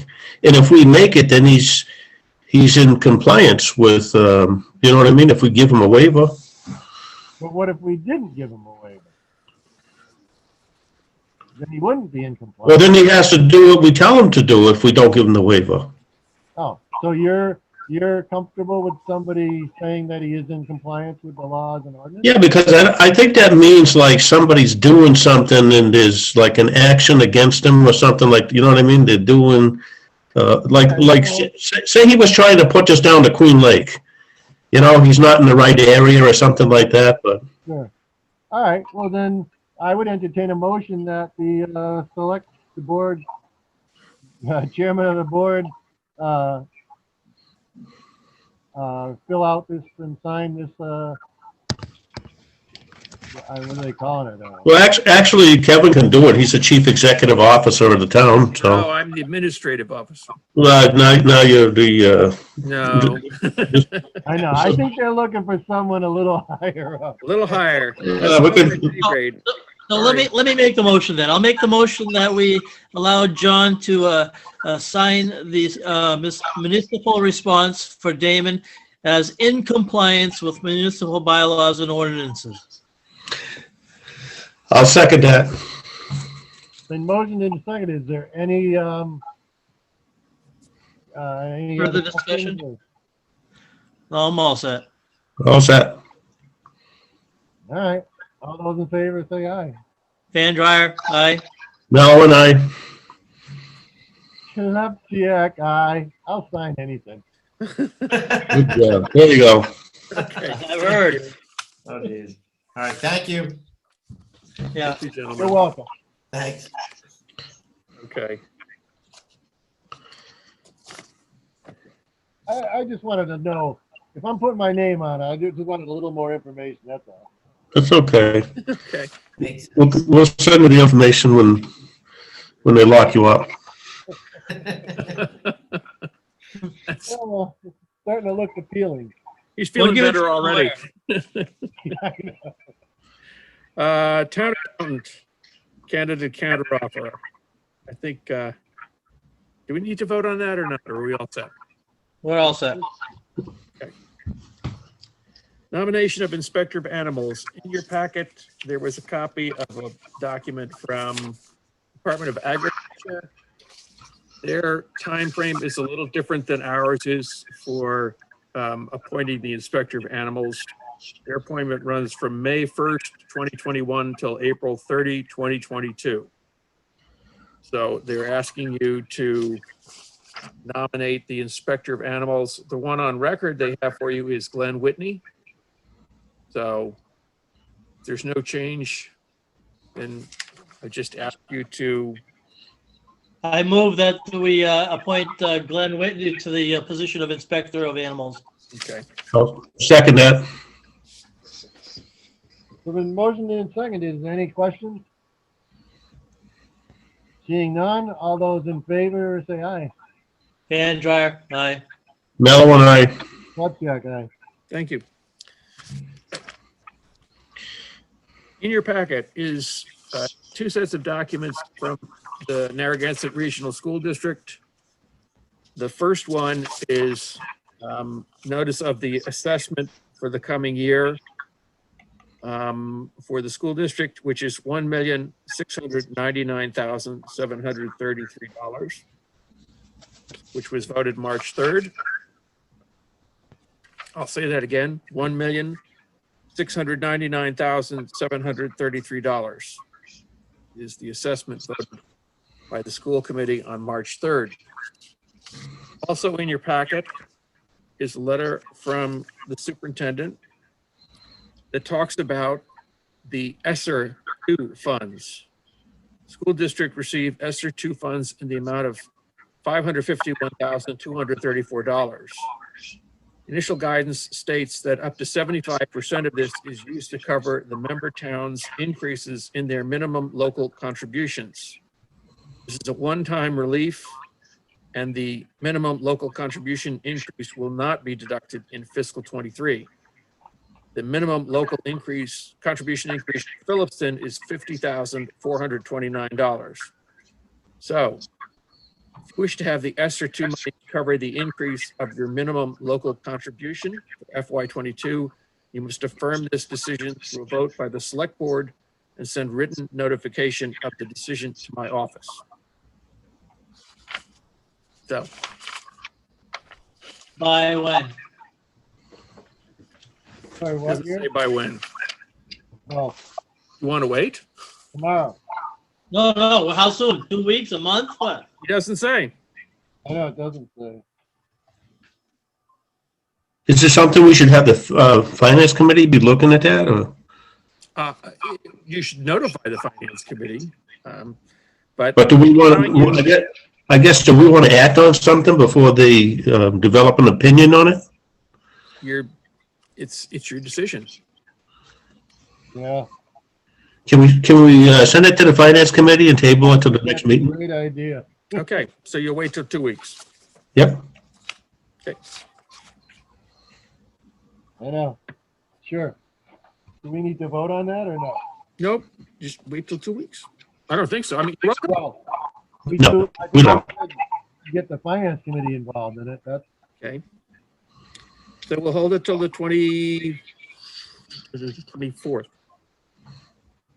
Can I ask that Kevin send a response and saying that it's been sent to the finance committee and we'll be meeting on that day, and we'll get back to them after that? I guess as a courtesy, you could. I'm sorry. Oh, to send a response to the Narragansett. Yeah, Yes. so they know we're working on it, so that it's not just dead in the water. I agree. That's fine. After Yep. the 24th.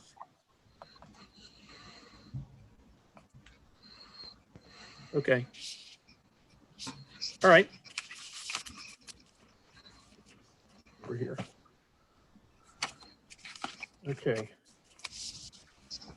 The next two items run together. It's the development office shared assistant. I think I wrote office in there twice, sorry. Development office shared office assistant. And then the Board of Selectmen's office assistant. And in your packet were the job descriptions, which I think I've shared with you before. But I don't know that Bernie's seen it before. I think the board has seen it before. The Development Services Assistant, which we've talked about, that's the shared position for across the street for building, conservation, and planning. And then the Administrative Assistant to the Select Board and myself, which the board had seen, or two members of the board had seen before. The last time it went before the board, I think Kim had seen it too. So it's been a while. There was some concern that it was too high-level professional position. So I took out anything that sounded too, and not clerical enough. So I went through and took out anything that sounded too clerical. So instead of saying, you know, that this person would compile the budget, I put it in there that this person would go to the closet and get the paper for the budget to be printed on, that kind of thing. I dumbed it down a bit. So it doesn't, I hope it doesn't sound any more professional. That was the complaint that I heard before. It's too high level. Which one was that, Kevin, for? Which position? The Administrative Assistant to the Select Board. Do I have a copy of that?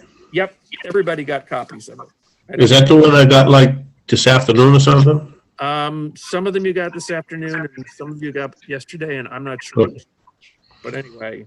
Well, I'm sorry, but I can't find any of these packets that you sent.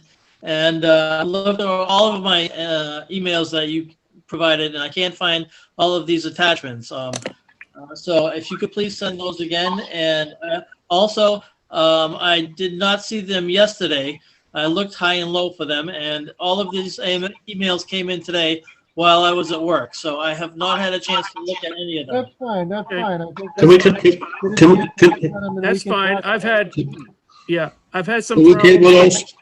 those? Easy. Can we table that for 2 weeks?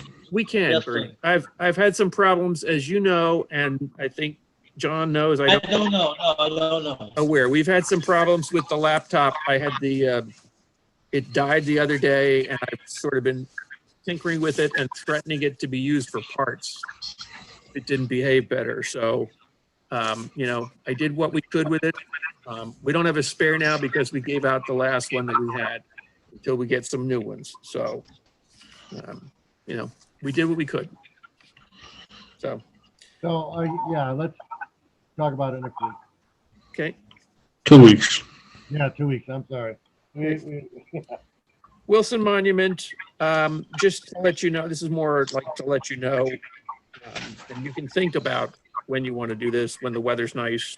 The monuments for Don Wilson arrived. They were cast monuments, and they have arrived. And so we want to think about a date that we can the board can get together with the family for installing and dedicating the monuments. So please think about that. How soon can we get a crane?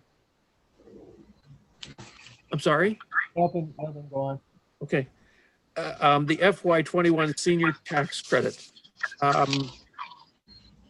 I come to the board every year, early in the year, to ask you to make an adjustment. We fixed the tax credit value at the minimum wage. The minimum wage went up in January. Was it $12.75 now?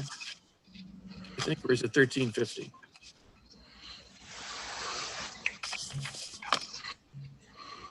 Just a sec. Whoa, we got a bunch of hands up. I'm not sure Whoa, what the subject is. hands are going up. Yeah. $12.75. Okay. Mass minimum wage is now $12.75 an hour. So when seniors work in the tax work-off program, which they're not doing yet because of COVID, but at some point COVID will go away enough that seniors can work. When that happens, the old rate was 75 cents less, was $12. We try and keep in step with the minimum wage for them. So I'm just asking you to approve the increase to $12.75. When the time comes, we can let the seniors work.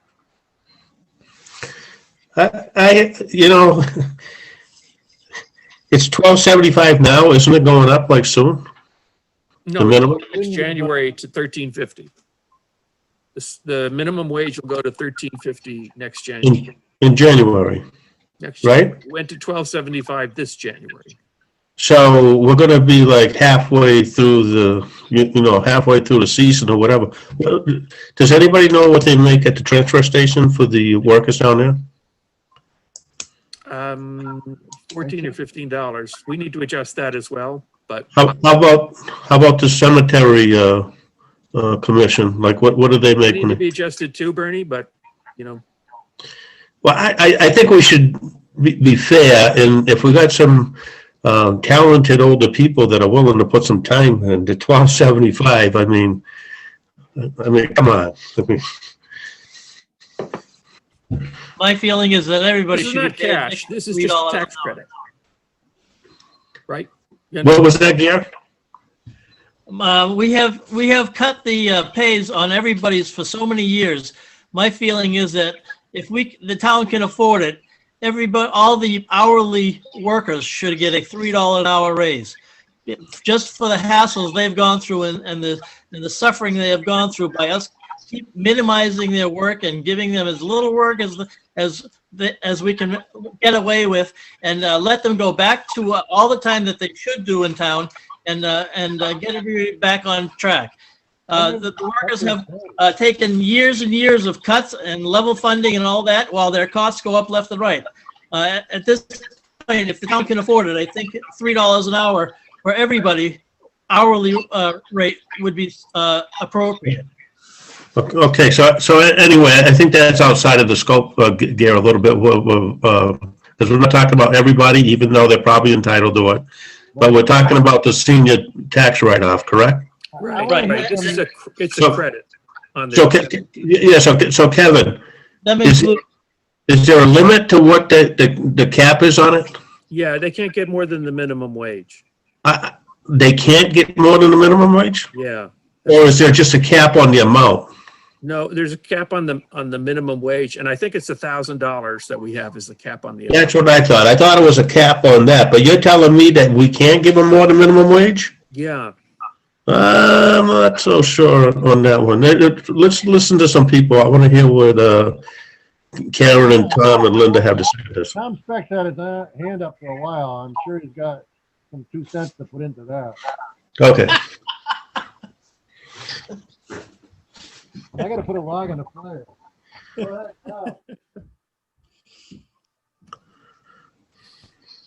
Tom,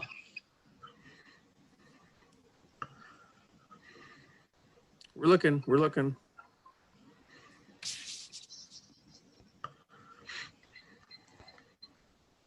Oh, here he is.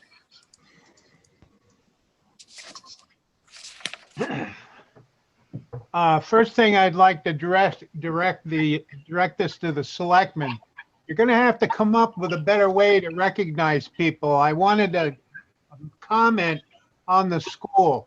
And my comment on the school was, 20 minutes ago, is what if we decide not to use that money and apply it towards our minimum contribution? The next thing in terms of money, and that is Tom Speck speaking, it's not Finance Committee. The next thing is, if I believe I'm right, and the Finance Committee members here can say yes or no, the Finance Committee is going to try for a 5% increase in terms of pay and salaries. I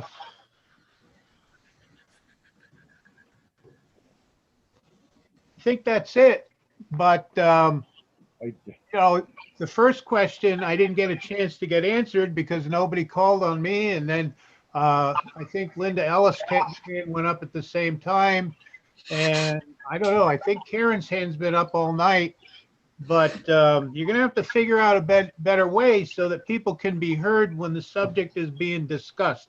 And this is atypical of the selectmen's meetings, and that's my own personal opinion.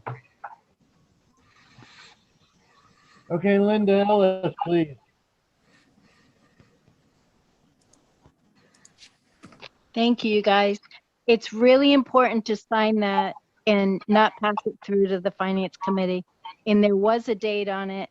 I listened to part of that school committee meeting, and I know that the ESSER grant funding was put out by the state, coming down from the feds, and it's to help us.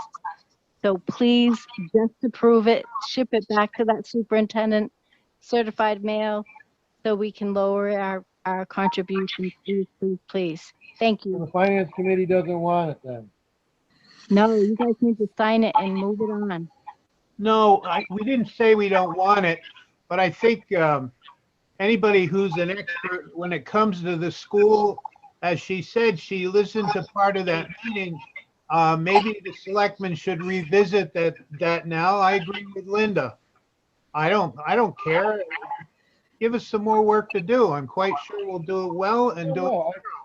But if There is no date on this thing. tonight, revisit it. which one was that? The 50,429, the ESSER 2 Oh, yeah. application. Yeah.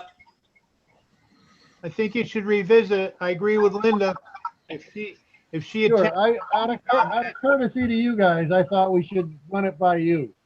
But if you guys think that we should just sign it and send it along, I agree. Well, John, I appreciate anyone that's attending this meeting, the fact that you're thinking about the Finance Committee and definitely putting some weight on their input.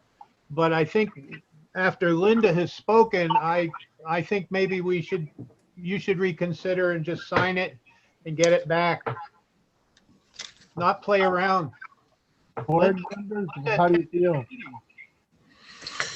Can we get Karen? See what she had to say? Sure. She there? Karen, Her hands up.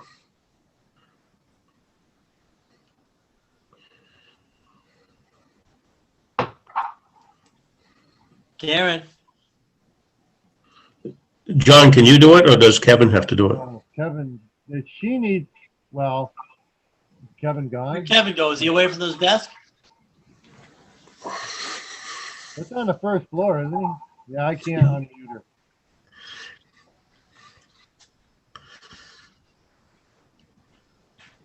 Anyway, I don't think she's talking about that particular thing. Well, she may not be. No, I doubt it. I think it's something else.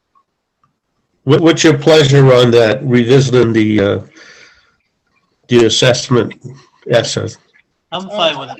It's money to us. I think we should do it. I just thought it would be nice to include the finance committee. That's all. Okay, so you looked at it before, right? Well, I say go ahead too.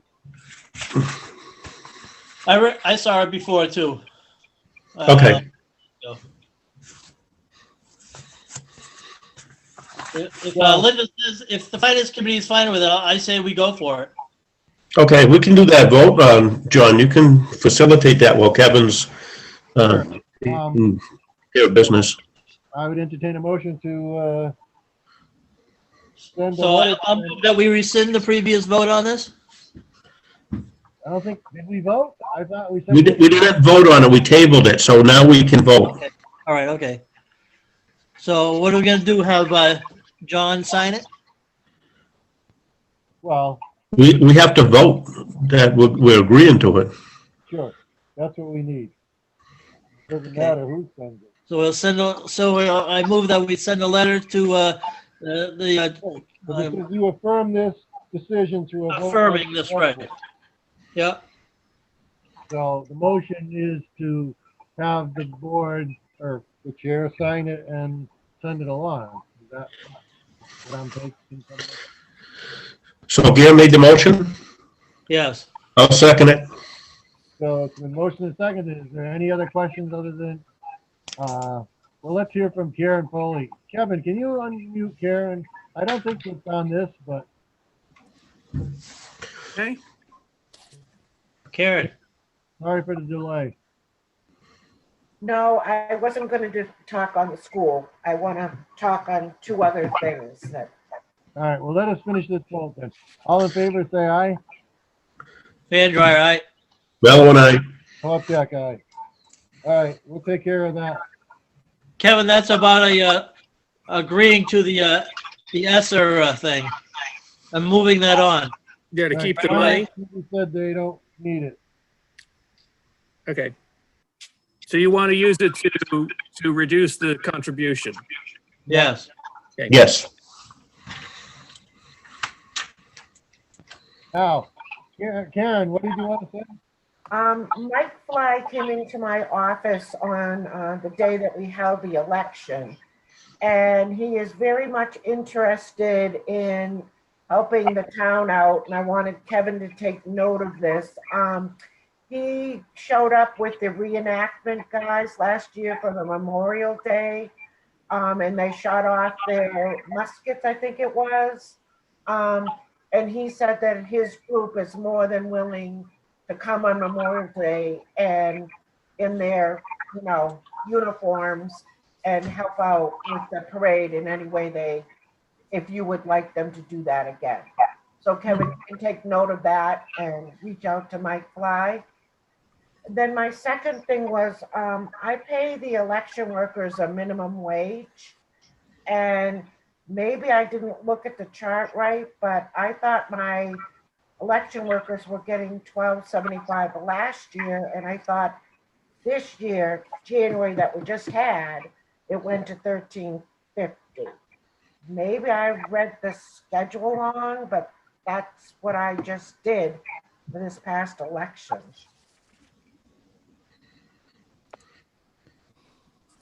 I think they weren't paid enough. Well, I hope you don't go to jail, Karen. I hope so too, but I thought that when I went on the Mass website for the minimum wage, I thought that's the dates that I saw, because I Yeah. was being paid $12.25 last year. Karen, can I ask you how come you only pay a minimum wage? Because that's what the guidance is. That's what the guidance is? Yeah. But the guidance doesn't have to be followed exactly, does it? We can go pay more than that. Guidance is a minimum, isn't it? I don't know, Gerhard. That's the guidance. Can we look at that? Because I'm thinking that there's something wrong, that it should be more money. Not that we're gonna give them $20 an hour, but can we table that one till the next meeting? But I think Yeah. Ruth has, Yep. I think Ruth has the answer to that. Can we hear Ruth? That is correct. Mass minimum wage went to $13.50 an hour on January 1st, 2021. Okay. So the current minimum wage is $13.50 an hour. Okay. Again, that might be just minimum. We could probably do better than that. Okay. And I think we should look at it just to see. All right. Right. I love the camping.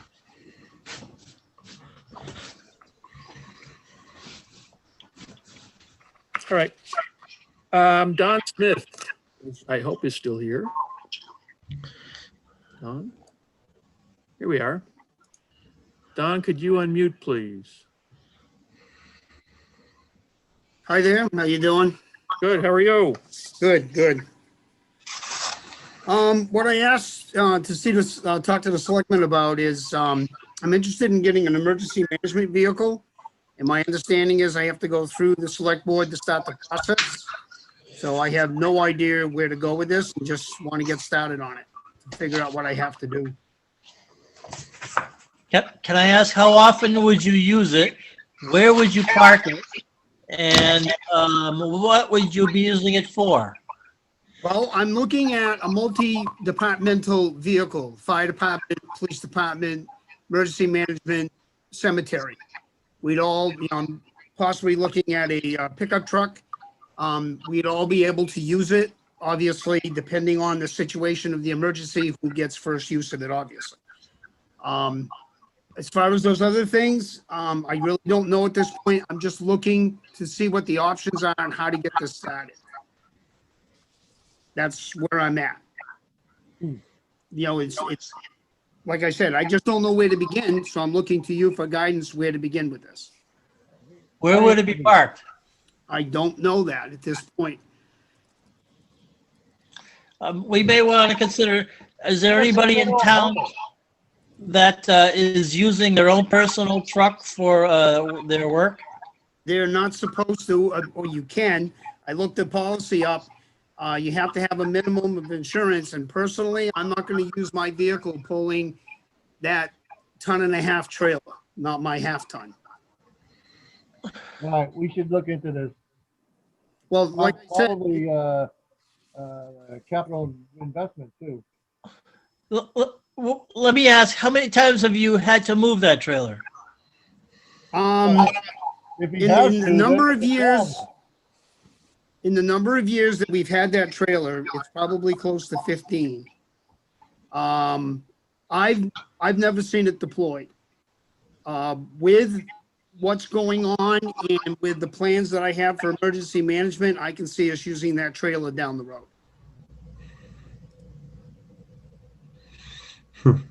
Are there any other trucks in town that can be used for that on an emergency basis? Yes, I have access to, as you see, Rick Tenney's waving. I have access, being a part-time employee for the highway, I have access to one of the pickup trucks at the highway. And we do have the F5 could possibly tow it, the newer pickup. But again, if that truck is deployed or if his pickups are, we could what if this to death. All I'm looking for is what are the options? Where do I begin? That's what I'm looking at this point. All right. Yeah, but we need to look at it as if anybody else in town could be using it more than just when you need it. I mean, so like say the cemetery could use it more often than you, then we would get it for them primarily. But, Here, but, here, let Kenny speak. okay. Go ahead, Rick. Sorry. He won't be able to work tomorrow. His arms have been flopping. He's not unmuted yet. Oh, he Yeah. was, just a sec. Try again. There we go. I've spoken to Donnie about this several times, and you know, he's under. He understands where the town is as taxpayers. It's not a vehicle that's going to be used that often. It's going to sit more than it's going to be used, and with the understanding that the cemetery needs a vehicle and the insurance things that come into play, with what you need to have, that he's not looking for a new vehicle. And if the highway could move ahead, it's new truck that we need, as much as I hate to say that, because I like the vehicles we have, and they don't make it, well, they don't make them no more. And, but I think that we could find something for him, not brand new, but something reasonable for what they need, but as a community vehicle for the cemetery, the emergency management, because you're obviously not going to have a tornado or hurricane when they're cutting grass at the cemetery. So it can be used for dual purposes and stuff like that. If the highway can help out in any way, we can make things work with them for what they need and their needs. That's what I got to have to offer. And Donnie does work for the highway, and he has keys to the facility, so any vehicle can be used at any time. As long as we have communication, we'll be perfectly fine. But Rick, what about, you know, when we used to get vehicles, you know, like from the Army or, you know, things like that? Is that stuff still around? Yeah, I did talk to Donnie about that, and I don't think that goes around as much, because that was a question I had for him just a couple of days ago. What do we got for surplus vehicles, looking up at the town's best welfare? And there's not a lot of that going around these days. I'm sure there can be some digging and stuff like that. And let's face it, the emergency management is not a vehicle that's going to be needed half dozen times of the year. And nobody wants to see a brand new vehicle sitting in a building, whatever the building is, for to sit there and say, I don't. Nobody wants that. And Donnie knows that. He don't want to go and spend $30,000-$40,000 in a new truck to sit idle. And that's all about it. That's what he's asking. You know, and that's all I just, and to be honest with you, if the highway department has 3 vehicles, 3 pickup trucks sitting down there, and there's a hurricane going on, I'm not going to send 2 guys out by themselves in 3 different vehicles with my own to manage the town in a catastrophic disaster. So there's always going to be proper planning, a vehicle for them to be using until we come to a decision for this. But I think with some planning, I think we can find something for him. But I think he's trying to find that avenue to go through. So I think it's safe to say in an emergency, we could rely on the highway department. And in the meantime, we can start looking to see if there's any other options. You guys agree with that? Yeah, I'm just looking for what my options are to get this started. Yeah. As far as looking, it's like Rick and I have talked over this, and I am not looking for a brand new vehicle. Right. That just makes absolutely no sense for the amount of time it's being used. And in the past, there were vehicles that we could get, but I guess that doesn't happen anymore. So I just need to know where to begin, where to look. Well, talking to us is the start. If it doesn't, we'll continue on with the way it's been working. Sure. Just looking for the option to see if I can make this work a little bit better for me. Sure. And that's where I'm at with And this. I'll bring it up with capital investment. I don't know where that would go too, but. Okay, that's thank an you. Okay. idea. We gotta wrap this up though. Okay. You know what? They only get another 10 to go. Speaking of wrapping up, I just wanted to know if the board wanted to vote what to do about the offer of those lots on Secret Lake.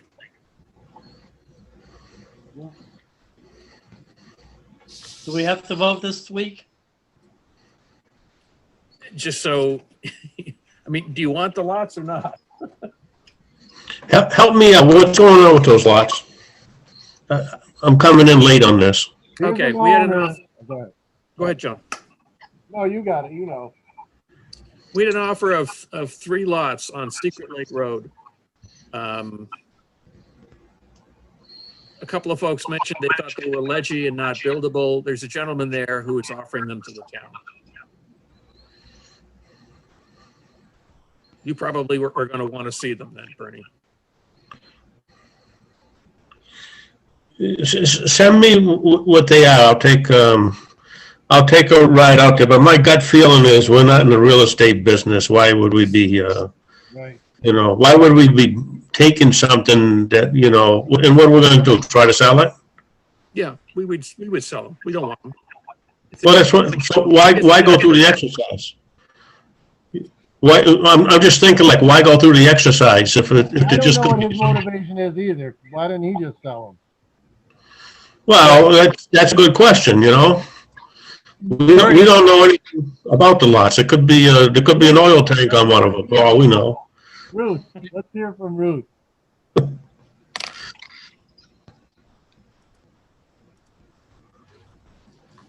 Ruth. Okay, thank you. And actually, I have a comment on the last, which was the vehicle for emergency management. And we tried a multi-vehicle that would be for the fire department and the cemetery and blah, blah, blah. Everybody would use it. And we gave them an old vehicle that didn't work. So now my understanding is cemetery is now using their own vehicle to transport, the trailer and stuff and getting paid for mileage. So in emergency management, what are they going to need their trailer? Maybe to move 1-2 times a year? I don't think it's been used since the ice storm. So that's my opinion on that one. But I also have an opinion on the Secret Lake properties. We have 2 that we took by tax title, and we are paying fees. Why would we accept a gift of property where we're going to have to pay fees? It's going to cost the town money to say, oh, thank you, great, you gave us our properties. Oh, but we got to spend money on them? Right. That's why we haven't ridiculous. Jumped on it. Yeah, thank you. And please don't. And any acceptance of property in the past has always gone to town meeting. What? That's what it does. Agreed. Has gone to town meeting. I agree.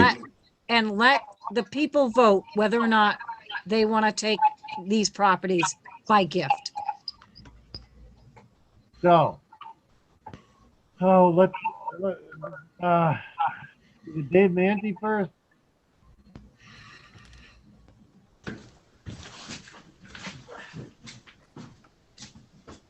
Tom is gonna yell.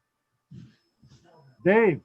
Yes, how many properties would that have been, Kevin? Because I'm looking on the assessor's map right now, and I believe there's 2 lots next to him, and we don't have any information on whether he owns those 2 other plots. For some reason, there is no information on the map. It's got his name on one plot, and the other 2 is unknown property, so we don't even, I don't believe we even know who owns the other 2 lots. Hang on a sec, Dave. Let me just take a look. And there are 2 lots that Ruth Yeah, had we do mentioned. have that map.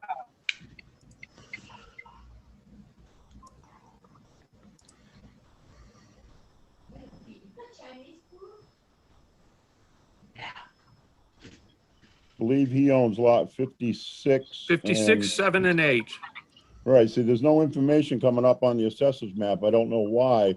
Did he say he actually owns 57 and Yes. 58? Yeah. Well, that's unusual. They're on that roundabout on the, when you're driving up towards Queen Lake, there's a little cul-de-sac in there on one of them, and it's on that. It's on one of those. It's not anywhere near the water. No, I realize that, Gerhard, but I'm wondering if we're even getting tax dollars on this. If we have it as listed as unknown property, I don't see where we're sending him a tax bill. We would have to check that with Sally, but according to the No, this assessor's guy map- here, I guess his tax, from what I understand, the bill is up to par, but he just doesn't want it anymore. I think he tried to sell it, but he couldn't sell it, so now he doesn't want it land anymore, and so he wants to give it up. I say we hook him up with Reggie Houghton, and he'll find a way to sell it. Right, I just don't think he owns 57 and 58 because there's no property card on it. That's all, Gerhard. Well, let's hear from Tom too. Thank you. Tom Speck got it. It's not 57 acres. I didn't say that.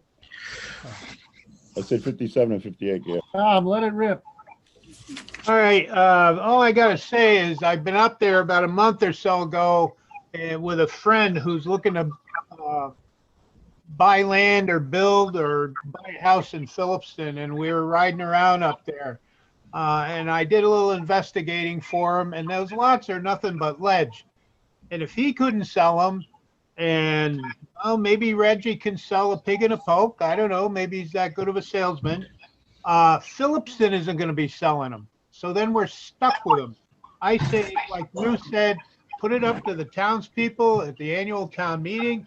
If they want to buy some rocks and stuff, you know, maybe there's some gold up there. Who knows?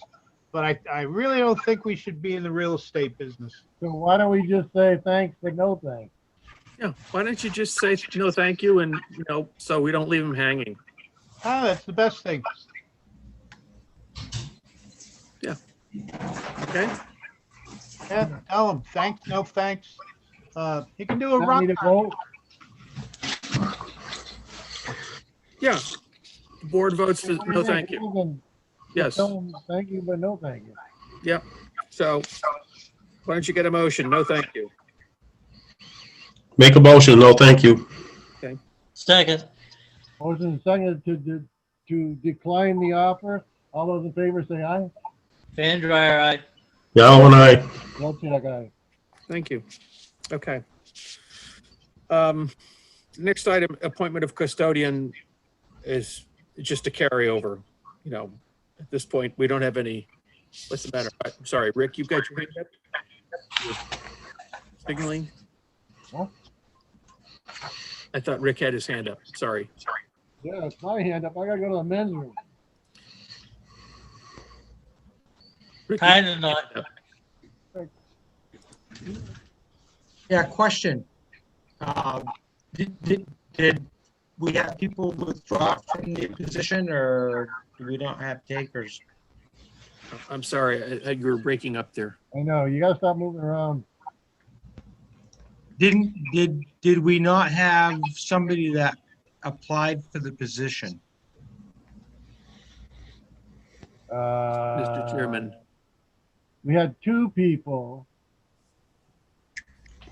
One, I think it was a medical thing and he withdrew. Okay. The second one has absolutely no experience. Good man. I don't know what the rest of the board wants to do. From what I seen from the interview, we are looking for somebody basically as a caretaker of the memorial school. He's not going to be a plumber. He's not going to be an electrician. No, but like floors, cleaners, all that stuff. But we don't have anybody right now using the building where the floor is going to be stripped and polished, and so you're basically looking for a caretaker of the building. I know I was not. You got a good point, and we could give him appoint him, and if it's not. I understand. I'm just saying from the person that is in charge of the building maintenance and the buildings in town and what goes on.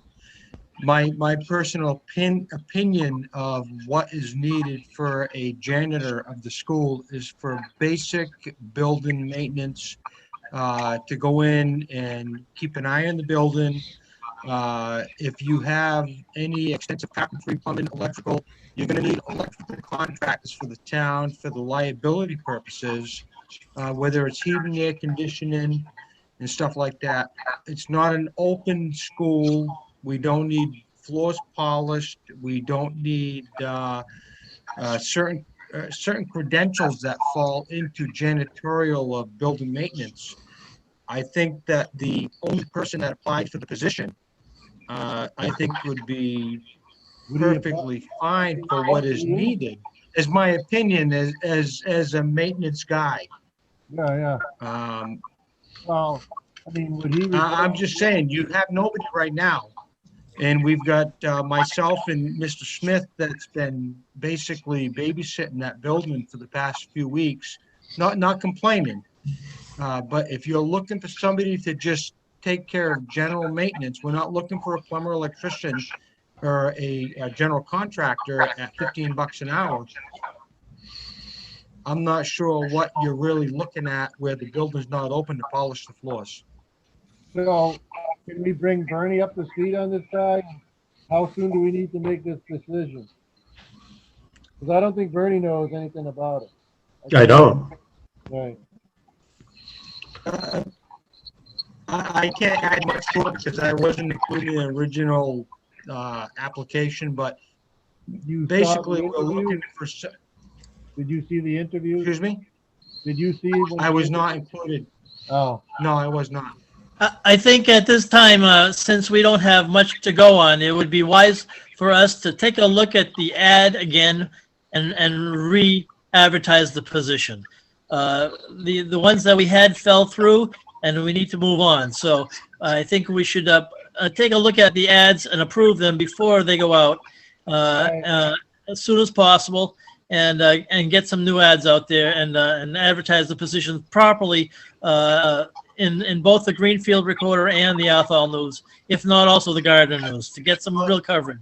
I just hope that you include it into simple maintenance, because that's basically what the position is. It's not anything fancy, nothing different than that was up there. It'd be nice to have somebody experienced that was janitorial, professional that did schoolwork before, but we need somebody to go in and do a little vacuuming, keep an eye on things, water leaks, et cetera, but we're not hiring a licensed electrician, plumber, heating guy, et cetera, for $15 an hour. And I think one of the persons that applied for the position was perfectly suitable. But again, if you need to move forward and put another application out there, but it should be looked at a little bit closer. All right. Now, do you think that person should also be able to maintain the heating systems? No, I think he should be able to keep an eye on it and know when to call somebody to professionally do the work. But you're not going to get a heating guy, electrician, plumber, etc. for $15 an hour. All right. Let's hear from Tom, and then let's wrap this up. It's gonna wrap up soon because my battery's ready to die. I know, and I am dying right here. So, Tom, let's hear it. You're going to go and sweep? Enjoy. What's that? Tom Speck. Tom. Volunteering. All right. Well, kept saying that I was muted and I'm pushing the blue button. Typical. Yes. I want to say, I think Rick is right on the ball. I think if we get somebody that'll walk through the building and make sure it's secure a few times, 3, 4, 5 times a week.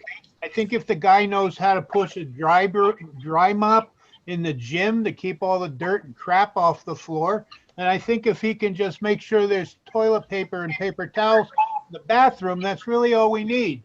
I think the selectmen should, as a group, revisit the job description, think Gare's idea of reposting a different job description might get more takers.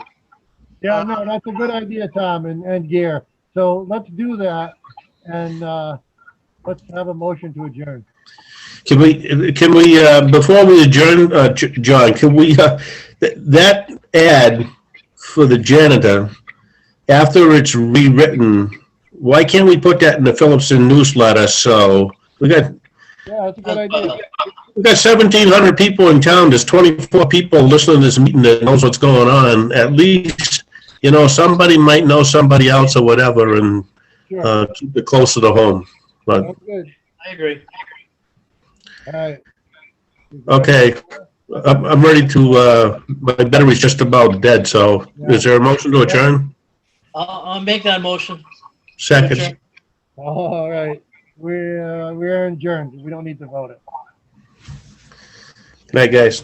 Good night.